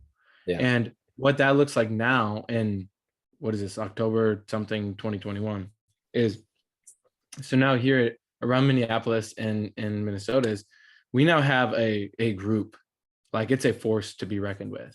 Where I remember 2 years ago, coming back from Houston, visiting Cameron, being like, oh my gosh, I'm the only person here that's like wanting to build this thing. Like, how am I going to do this? Okay.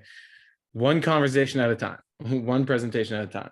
Now we got Pedro, we got Seth, we got Eric, we got Beverly. We have a whole army of other people that are kind of around that are using TechnoTutor as well, but they aren't fully distributors.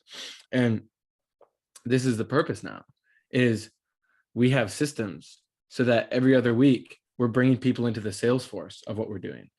Every week now, well, every 2 weeks, we have 3 different meetups of self-perfected local clubhouses.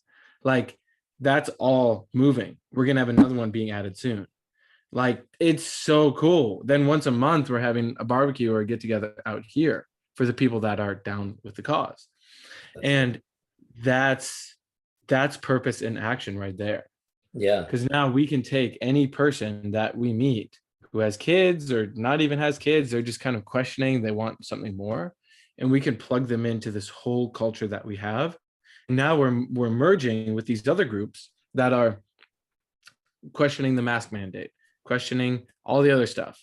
And we can go in there and they're looking for solutions to homeschool their kids because they don't want to send their kids to school. Thankfully, something got through to them to stop sending their kids to school, but they don't know what to do. Now we have a whole army of people to support them. Yeah. And that's purpose. So when we talk about like, yeah, do what's best, it's like, that's literally what it looks like, at least here. There's going to be a slight variation with what you're building in Florida. I know you just had your clubhouse. Is with passive in them. So it's like, it's really cool to see it all coming to life because it's like the most important thing ever. It's cool because as you're saying that purpose creates the community, right? The purpose is what the community gets behind, what the community agrees on, and then moves with from that purpose. Like you said, you started out just you, but you had the purpose, and then built the community around that. And now that community can spread that purpose as well and continue to grow. It's pretty awesome. What are you gonna say? Yeah, and now I will like wake up to a message like, hey, like this happened, or like I will go to bed and someone's like, yeah, I'm like doing this presentation right now. So it's like it's not just me anymore. Yeah. It's not just Jessica. It's like the system is here and it's now growing and growing. And now those people are getting more people that are then plugging in. And it's like, it's great. Yeah. And we're still at the beginning. It's so exciting. Yeah. It's like, You know?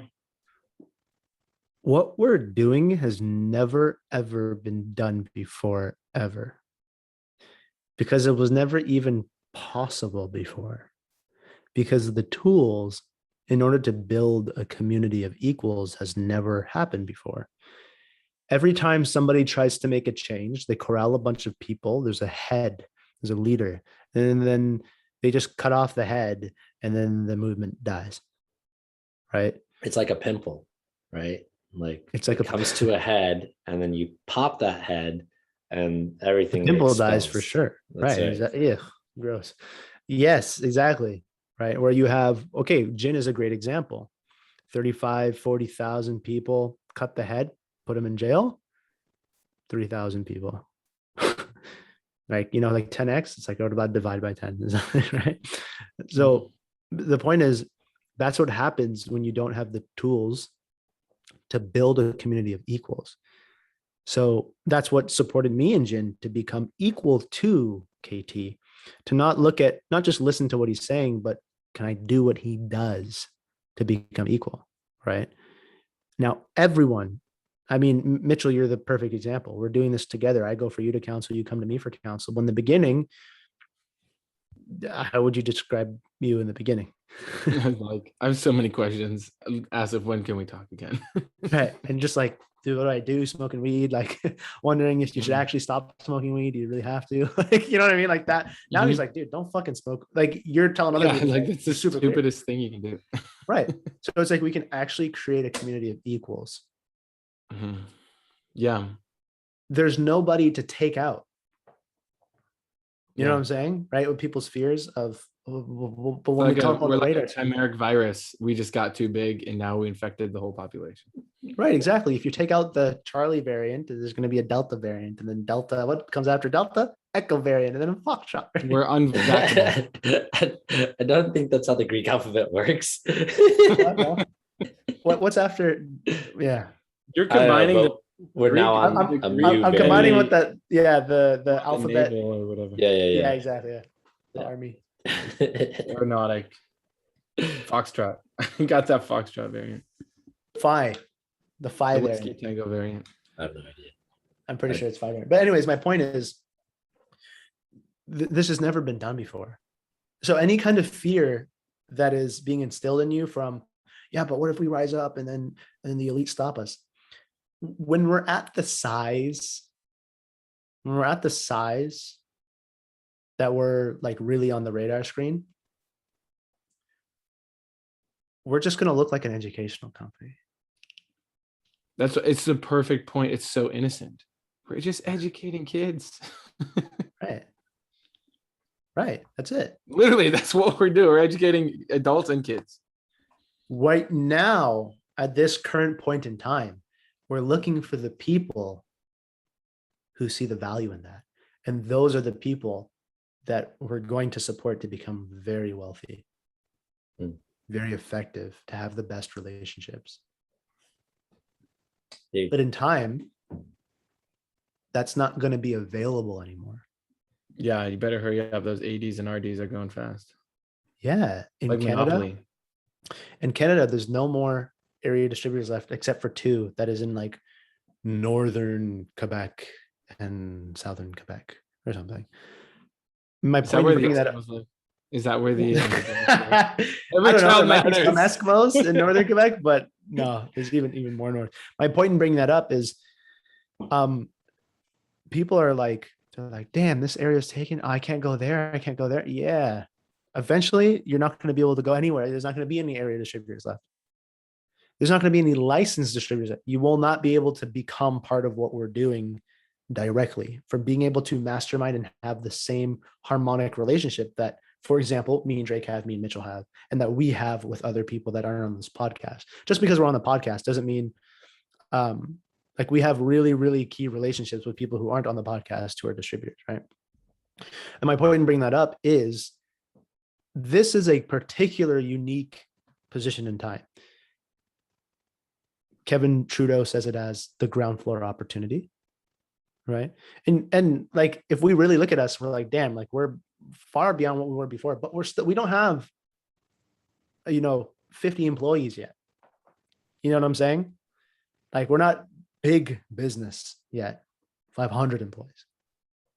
What was that, Jake?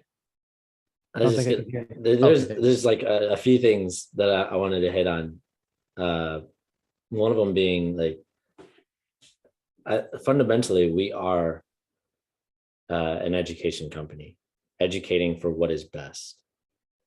And so Mitchell had said, like, it seems so innocent. It's because it is innocent, like actual innocence.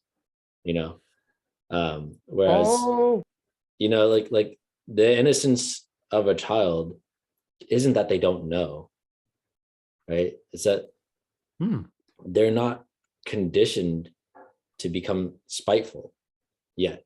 They're not being deceived and learning deception as the normal state of the human being, right?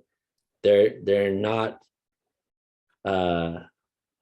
being impulsed with things that are not best for them. Not yet. That's the real innocence of a child, and that can be maintained with real education, which is what we have. We're the only ones who have that. We don't educate based on bullshit like that. You have to believe. We don't educate based on like, this scary thing or whatever. It's like, it's not an emotional point. It's like actual real education to understand, to comprehend, to not accept just like even things that people just readily accept, as far as what Cam was saying about, like, on the last podcast, what he was saying about the moon landing. Like, yeah, okay, we went to the moon, but is it like this emotional point of like, I believe we went to the moon? No, it's like, from what I understand, we went to the moon. There's video footage of it. It seems to make sense. I don't see why not, right? But I never really investigated that point till recently. Yeah. Well, But the I actual look way, at some YouTube videos. the actual way that Cameron was saying it was, we may have, we may not have, exactly. like, based on this information. Exactly. Right.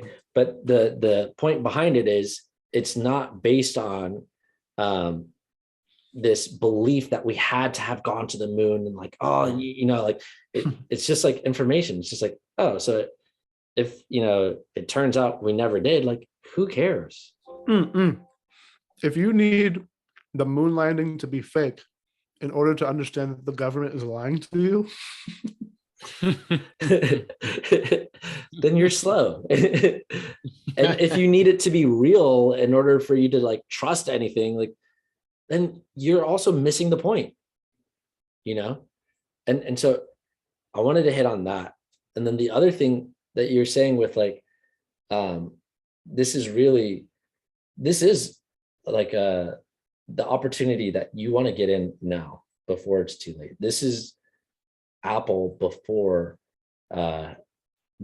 everyone else found out about it. This is like, Apple when it was just going to people who still use computers, or who were using computers at that time, and not yet to the general public of, everyone wants a computer, right?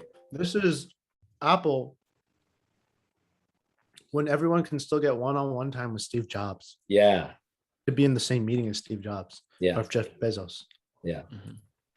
Dude, if you get the opportunity to still talk to Mitchell and still talk to Drake directly, it's still the fucking beginning. If you can join now and still talk to Mitchell directly, it's the beginning. And, Yeah. and I'm telling you, it's not going to be for much longer. if you still get one-on-one time to talk to Kian, it's the beginning still. So the point of bringing that up is, look, I know my starting point. I know Mitchell's starting point. I know Drake's starting point. Okay. It's going to come a time when the company's so big, it's just a company.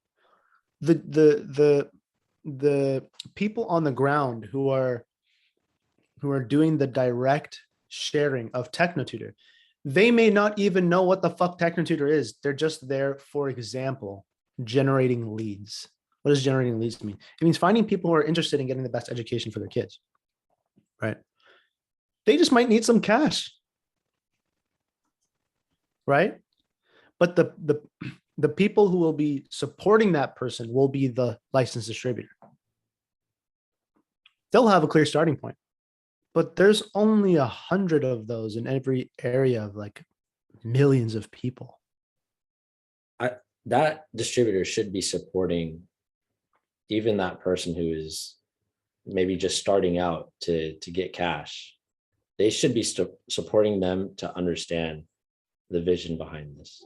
And they will, but You when know. they start, right? When they Yeah. start, they'll be green, right? Okay. And then they'll come into what we do, because what we do is gravity. Like you you have to. We're just a ball. You're this far away, but once you get closer, gravity sucks you right down, right?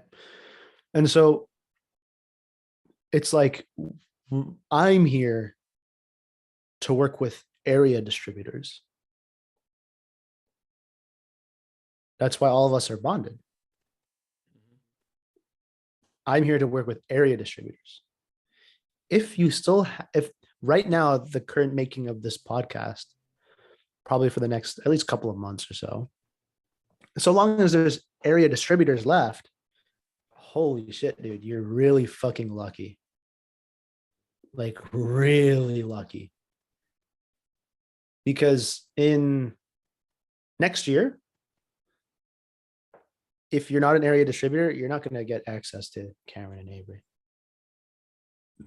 And Cameron and Avery, by the way, are, I can't even say world-class leadership, because that implies that it has competition with other leadership. Like it's once in a existence leadership. That's why we're doing what we're doing. That's why we're at where we're at. Never been done before, ever. Never. Avery's built massive companies, watch everything fall to shit, people quit, all that stuff. What we're doing has never been done before. So in terms of where we're at, in terms of creating a local parenting community, in terms of creating a local clubhouse, this is the beginning. And it's not going to be very long until all of the structures are implemented, but the people who are going to be rewarded the most are the ones who are taking the responsibility today to implement those structures, to start a clubhouse. Those are the ones that I'm looking to support. I'm looking to support the people who are going to support the people who create the clubhouses, but eventually just stick people in to run. Right. And so the significance of where we're at, what that represents, what everything I'm describing with TechnoTutor as a company, symbolically as where we are in the world, there is no hope. The hope is equal to the number of local clubhouses that we have established around the world. Yeah. Hope is a number. It's not a feeling, it's a number. Wow. How close are we to the 1%? Yeah, it's literally a ratio of how many people on the planet to how many clubhouses we have. Exactly. Because each local clubhouse can support a number of people.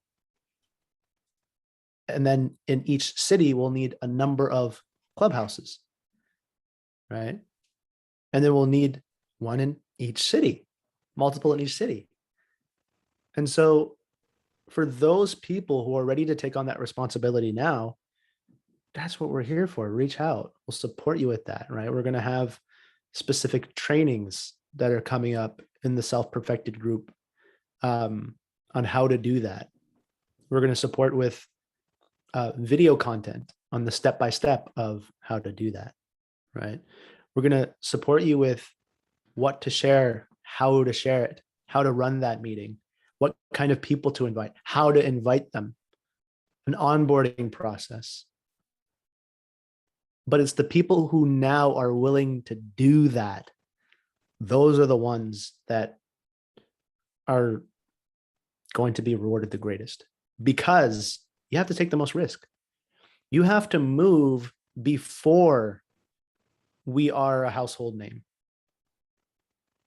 The ones who make it a household name are the ones who are going to benefit the most. Right. And here's the fundamental reason why, where I'm saying rewarded, right? I'm not saying someone's going to give you something. You will get, right? But Kevin says it really well. He says, becoming a millionaire, becoming a multimillionaire, becoming a billionaire, it's not so much about the money. It's who you become.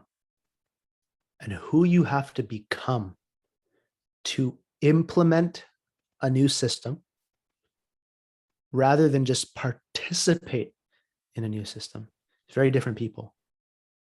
So at this point in time, we're looking for those who are willing. You might not be able to right now. We're looking for the ones that are willing, because that's all it takes, teachability. If you're willing to do what it takes to implement a new system, I'm talking about globally, the world, change the world system. For those people that are willing to implement a new system, those are the people that we're looking for. Because I mean, hey, one of the things that we talked about on the last hangout are the people who are fighting to keep the system the same, right? Where the starting point of it is the same. It might be changing, it might be morphing, right? Oh, the US dollar is going to fall, it's going to go to cryptocurrency and global. The starting point is the same, yeah? Mm-hmm. Those people, they're very fucking organized. They're like a well-oiled machine, where if a piece of the machine breaks, before next week, the next day, there's a new part in that place replacing the dead part, where it's already happening, it's already moving. That's the effectiveness that we have to get to. That's the effectiveness of where we're heading. See, in a sense, it's like a twisted form of a community of equals, and that they're equally effective at being fucking evil. So we need to then be equally effective as life and replicate that. Here's the Tree of reality. evil or tree of life. Which one do you choose? The reality is the tactics. Give yourself a second there. Give yourself What do a you second. You eating butter chicken? Or is that Kian's go-to? No, butter chicken is my favorite for sure. Dude, Maylette looks like a really good cook. I've watched you guys' Facebook, and I'm excited that you guys are coming to visit this week. Sounds like you guys are cooking. She definitely slaps it up. And Drake. Ideally, Drake can make some food. Do you have a preference, baking versus cooking? Me? Mm-hmm. I prefer baking. Yeah, like hands down, right? Yeah, it's a lot more fun. I think mostly because like you create something and then you put it in the oven and then you see what you've created, right? True. Cooking's a little bit more hands-on. I like cooking too. It's a lot of fun, but there's generally a lot more work involved with It's so fascinating because I hate both. That's funny. Nice. So here's the thing: the tactics of becoming equal as life or becoming equal as ego, the tactics that the system uses, we have to do the same thing. And part of that is having fun, because we're in the system. We're not here to create our own thing and just exclude anybody who doesn't want to be a part of it. No, we're here to influence the fucking globe. We're here to influence everybody. In order to do that, you got to have fun. Right? Bacon with Drake. Bake with Drake. Bacon, Drake. Drake and Bacon. We'll come bacon. up with a title. Yeah. Bake with Drake. Bake with Drake. The point is you got to have fun, because that's what people in the system are attracted to. That's what human beings like to do. Okay. That's the truth. So as much as we're shitting on what might seems like, oh, if you're having fun, you're not focused on doing what's best, you're evil. No, it's when you are entertaining yourself, when you are having fun without the starting point of doing what's best. Cameron made this point. He said, I'm not your friend. This is years ago. He's like, I'm not your fucking friend, dude. Because I was abusing my relationship with him. Right. But now we're friends. I can see my internet's glitching out a little bit, but now we're friends because our starting point is clear. When we get together and have fun, dude, look at last November. We got together. We had a bunch of fun. But the next month in business, in terms of business, is the realization of purpose, right? In the context of business or purpose, I realized more of my purpose in that month than I did for the last year almost. That's what how people with harmonious relationships with a common purpose have fun together.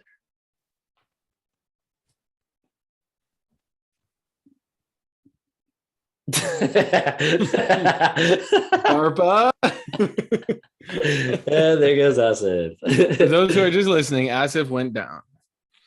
Oh no, but he's back. He's back with a vengeance. Back at it. So back quick. before we counted to 10. It's like the knockout, and then like 1, 2, 3, and then Asif stands up. Asif's back up. He's like, I'm not down yet. That's so funny. Holy shit, you came back really quick. It was just Wow, the you're internet. glowing. Damn.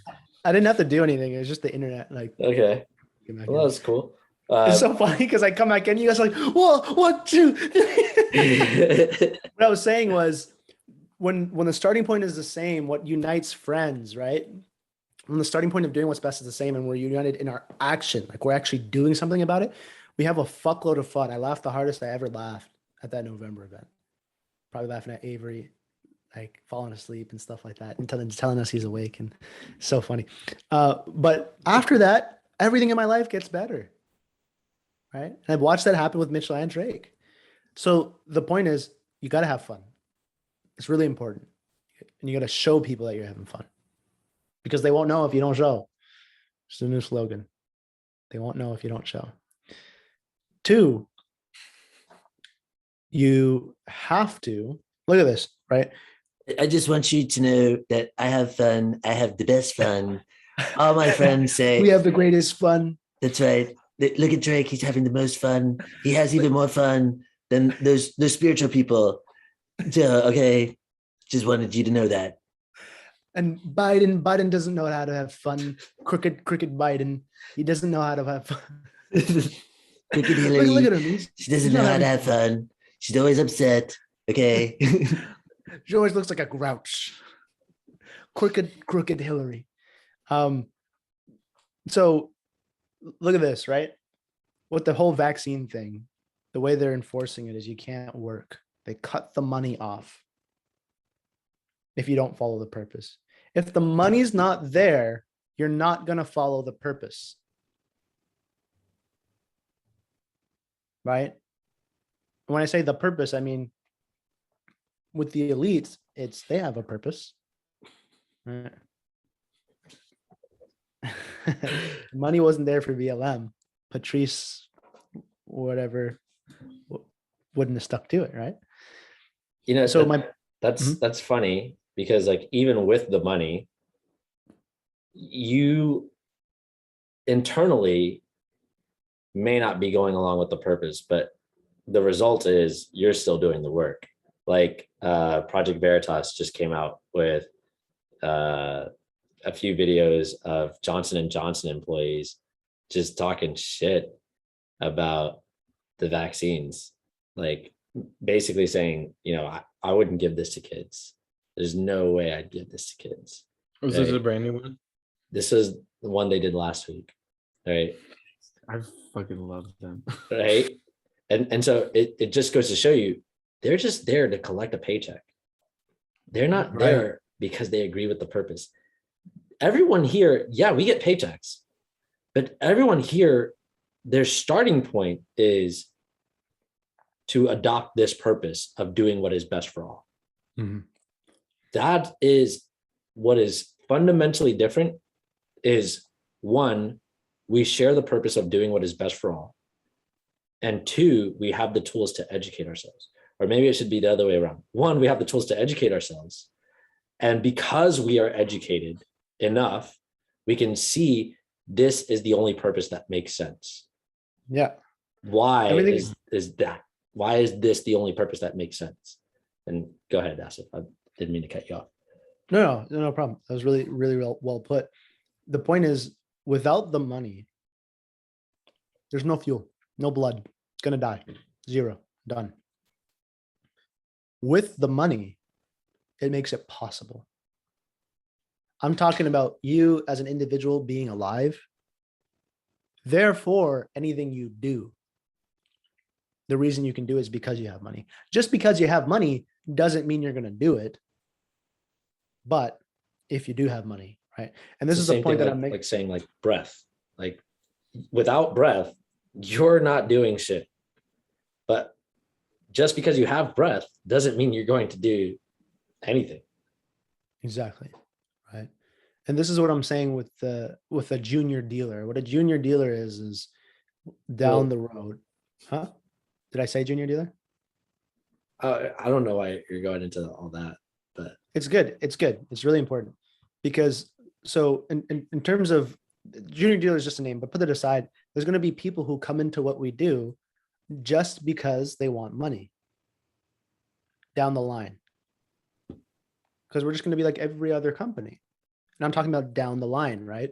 About why we won't pop up on the radar of the elites. We're just going to be like every other company. But the only difference is the result of what this company produces, right? We're not selling gutters. We're not selling vacuums that bring, that's not going to fix a family's relationship. We're selling a tool that brings the family back together in every way. And we're providing the network necessary, the environment necessary for people to actually experience the full benefit of what we have to offer. When I say we, I mean the tools, the people, the events, the reading material, the listening material, all of that, the entire environment, which is in order for a plant to grow, you need the soil, you need the air, you need the sunlight, you need the water, right? In order for that to grow. There's going to be people who start because of the money. And this is why it could not have been done from the starting point of charity. Charity does not work. It is a mechanism used to make people feel good about putting their money towards things that are just being funneled towards something that is not best. Business equals impact. That's what makes process quantifiable. The truth is, that's why Kevin Trudeau was looking to connect business people. He talks very, very little about a job. He talks about jobs to relate to people.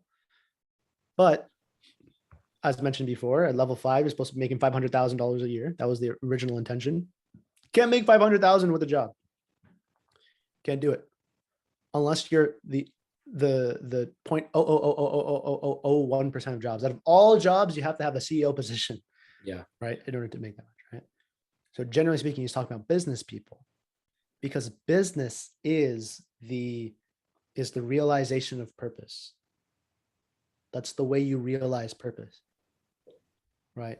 So my point in bringing that up is you got to have fun. There has to be money at play, because you can't make a difference. You can't make a real everlasting impact part-time. You can't go to your day job for 8 hours a day plus travel time and be stressed out and anxious or just tired and then try to make a difference on the side. You might start that way, but it can't stay that way, right? So there has to be money involved. 3, we need to be organized as fuck. We need to be very, very organized from the perspective of having systems. So when you have your local clubhouse, you have many, many people that are going to be coming to that on a regular basis, because it's an awesome environment to have fun in, to talk with cool people, to have real conversations, right? And perhaps good food every once in a while. That's seriously like, this is just the basics of what keep people coming to the church barbecue. Oh, people that are a bunch of happy, even though if it might be fake people. But oh, the last clubhouse or the one before, we had a bunch of people over, right? And there's new people who never been part of it before, but we do hugs. They're like, holy crap, like this is so invigorating to see people hugging again. And then there was this next layer of, wow, I feel like I don't have to be fake around you guys, like pretend like things are great. It's like, yeah, all the rest of it is bullshit. But having fun is important. Bringing people together is important. So then when somebody else is like, yeah, I want to bring somebody to that, they'll bring their friend. And you're creating a network of people who are like, what's the self-perfected thing that you guys are talking about? And you say, check out these basic videos. And they watch Why Are We Here? And they watch the Chief Aim video. And they watch the Purpose video. And they're like, holy shit. And they start listening to the podcast. And they're like, wow, I really like this. But what was that Cameron guy saying about transgender people? Like, that's kind of a little bit weird. And then you have the opportunity to explain. You have the opportunity to explain. And that's going to make you stronger. And that's going to make them stronger. And if they can't process it, then you know what tool they need. That's a system. It's never been possible before to create a community of equals because it would be impossible. Mitchell and Drake, they're really smart guys. Mitchell had a really practical understanding of business. I did not. If me and Mitchell met 5 years ago when you were working with Gerard and stuff like that, you're pretty high performance. Is that fair to say from the perspective of go, go, go, right? Mm-hmm. If we had a conversation, I would be fucking brain dead, dude. Like I would not be able to process being organized and having a schedule and shit like that. I'd be like, oh, these white collar, so business, money, geez. That would have been me. All right, now I'd go back to working in the forest. I'd be in the same boat. I'd be in the same boat, dude. I'd be like, yeah, this guy is not for me. Right. Now we have a tool where we can let go of our bias and equalize ourselves and see all the points. And when we're reacting, we know what a reaction is because our vocabulary is not lining up. That's it. So simple. Because everybody has that, you have these clubhouses, these self-perfected clubhouses, where if somebody is reacting, you're creating the space where they can share about the reaction. Because it's not a my opinion, your opinion bullshit. It's, hey, you have a different perspective. Let's talk about it. Let's figure out whether or not it's an opinion, if it's based off incorrect information. And I'll support with that. And if I have incorrect information, you'll support me with that.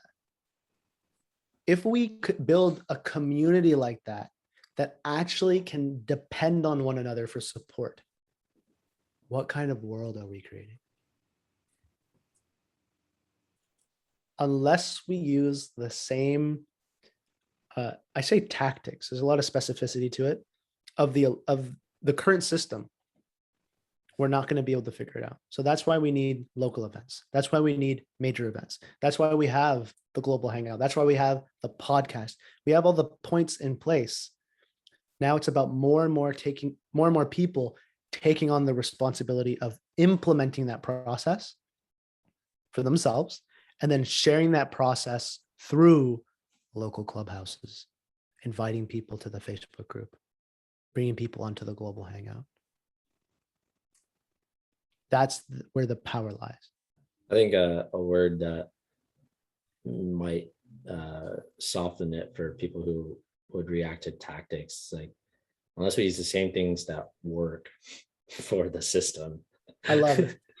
You know, like, it's just like that clear. Like we're doing what works. That's it. Like the Jin symbol, right? The books, Yeah. audios, events, giving and receiving recognition, relationships. It's the Jin symbol. It's the Jin system. Not because Jin came up with that system. They're replicating what works. The way Kevin decided that, or not just Kevin, but the way Jin leadership decided on that symbol was they just looked at all the MLMs that they were a part of. They looked at all the MLMs and were like, okay, what do they do that works? Why do people keep coming back? Oh, giving and receiving recognition. Yeah, but how do you even get them results to give them recognition for? Well, they definitely need to be reading the right books. And they need to be listening to the right audios to prime their mindset. That's their input. Oh, but you can do much more in person. Like, yeah, events. Okay, cool. But why do people fall off? Because they isolate themselves. Oh, so you need relationships. They've watched that happen over years of experience. And then they just implemented the system that works. Like Drake said, the system that already works, right? It's like the tactic to keep your body going is eating, breathing, pissing, shitting, drinking water, right? Yeah, it's what works. So we just have to be willing to do what works. And that's what differentiates, for example, Mitchell and the average person. He's just like, huh? Yeah, it works. Okay. And he goes 100% with it. And then he takes it further than the average person. That's why you move so quickly, right? So somebody take it over. I want to eat some more food. Yeah, I mean, okay. it's pretty straightforward. Like, if you made it this far on this podcast, you know, like, Congratulations. congrats. Come on the hangouts and then go start talking to people about this. Like, go sell people on joining Self Perfected. Ask them, do you work on yourself? Do you do self-development? Okay, cool. Can I share with you a cool group that I found? And just start talking about the points within Self Perfected. It's amazing what kind of conversations open up. And you'd be amazed how many people are looking for this kind of group. No one's invited them. And we can only invite so many people. We can only get so many people to watch this podcast just naturally through the algorithms. And that's the next point. Like, for those who are serious about self-perfection, which it sounds like you would be if you made it this far, the next point is that responsibility. Don't look at any of us as the savior, the one who's going to do it. Like, stop doing that. That's you being evil, actually. Rather, just take on that responsibility. It's not that hard. You just go talk to people. You have some people like, oh, I don't know, perfected. How, no one can be perfect. Only Jesus can be perfect. It's like, okay, cool. Then you can ask them, like, are you sure? And let's say that's how they see the world. Okay, cool. Go to the next person. Or go talk to 20 people. You're going to learn a lot about yourself if you go and talk to 20 people. Nice. Yeah, that's what I'd say. What else? I think, well, I wonder what we're going to name this one. I didn't get that far in the script yet.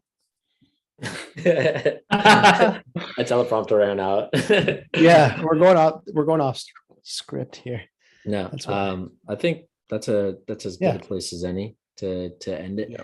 We're probably not going to do a podcast next week. Probably not. We'll be together in person. We might do something, but maybe Let's talk not. about that first. So. Let's talk about that and then wrap it up. Yeah, that's a great point. Where are we all going?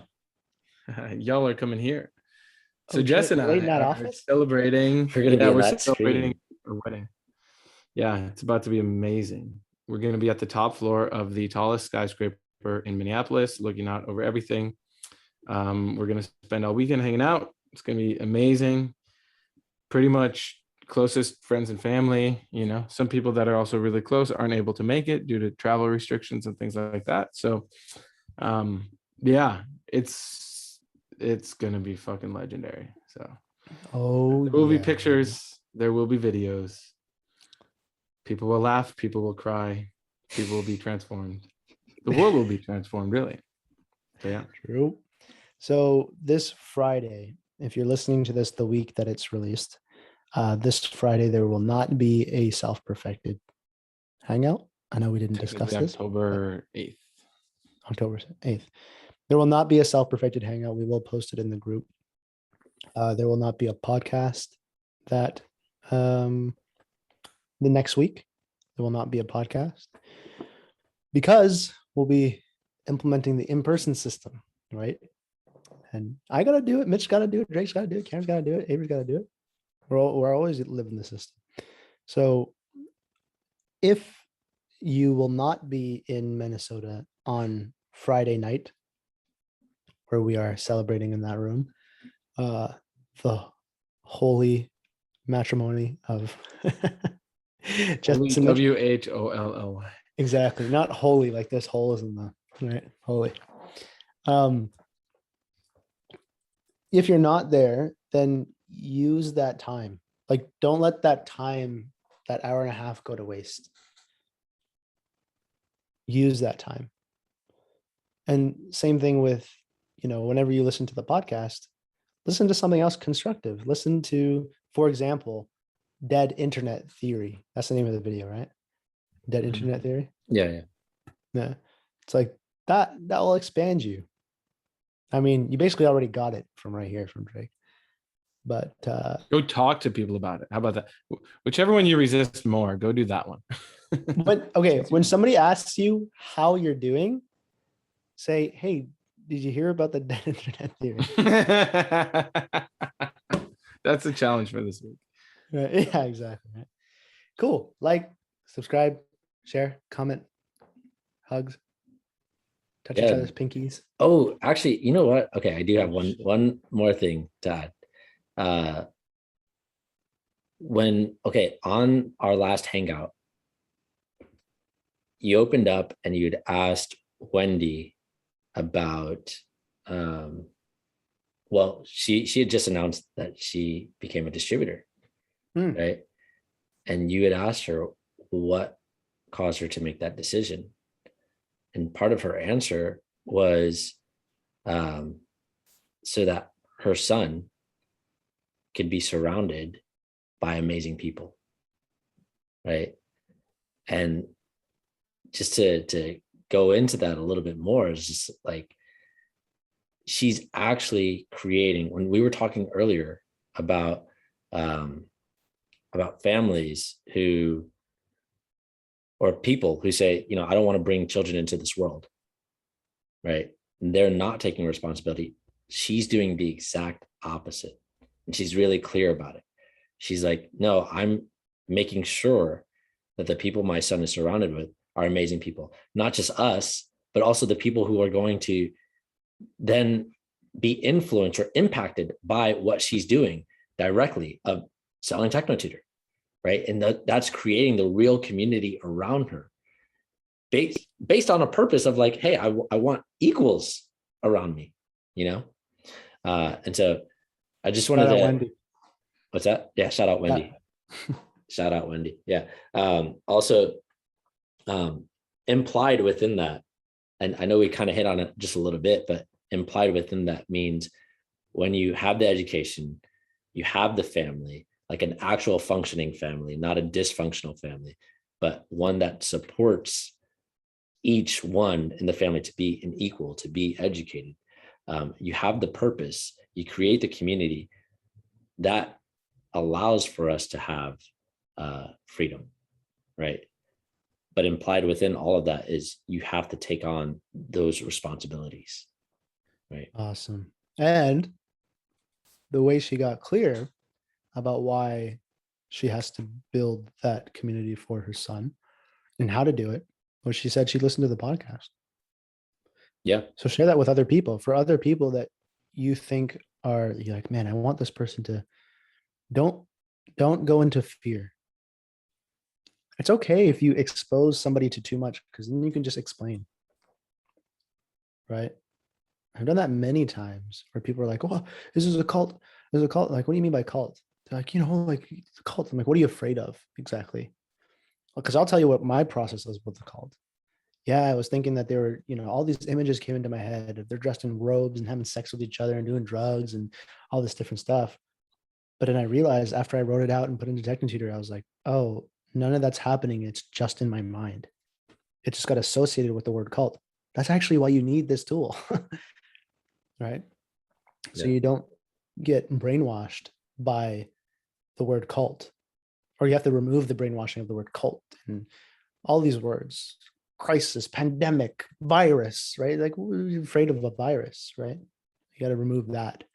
So the point is, it's okay. It's okay if somebody reacts, because that tells you that they're not educated.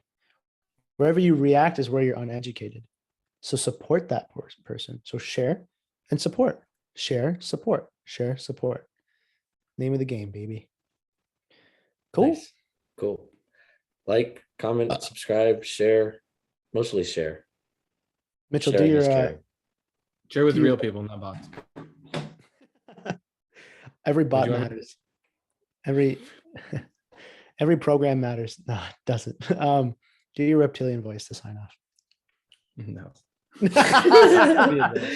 That's for when in you become an person. area distributor. Yeah. That's for in person after the. All All right. right. We'll end it here. Peace.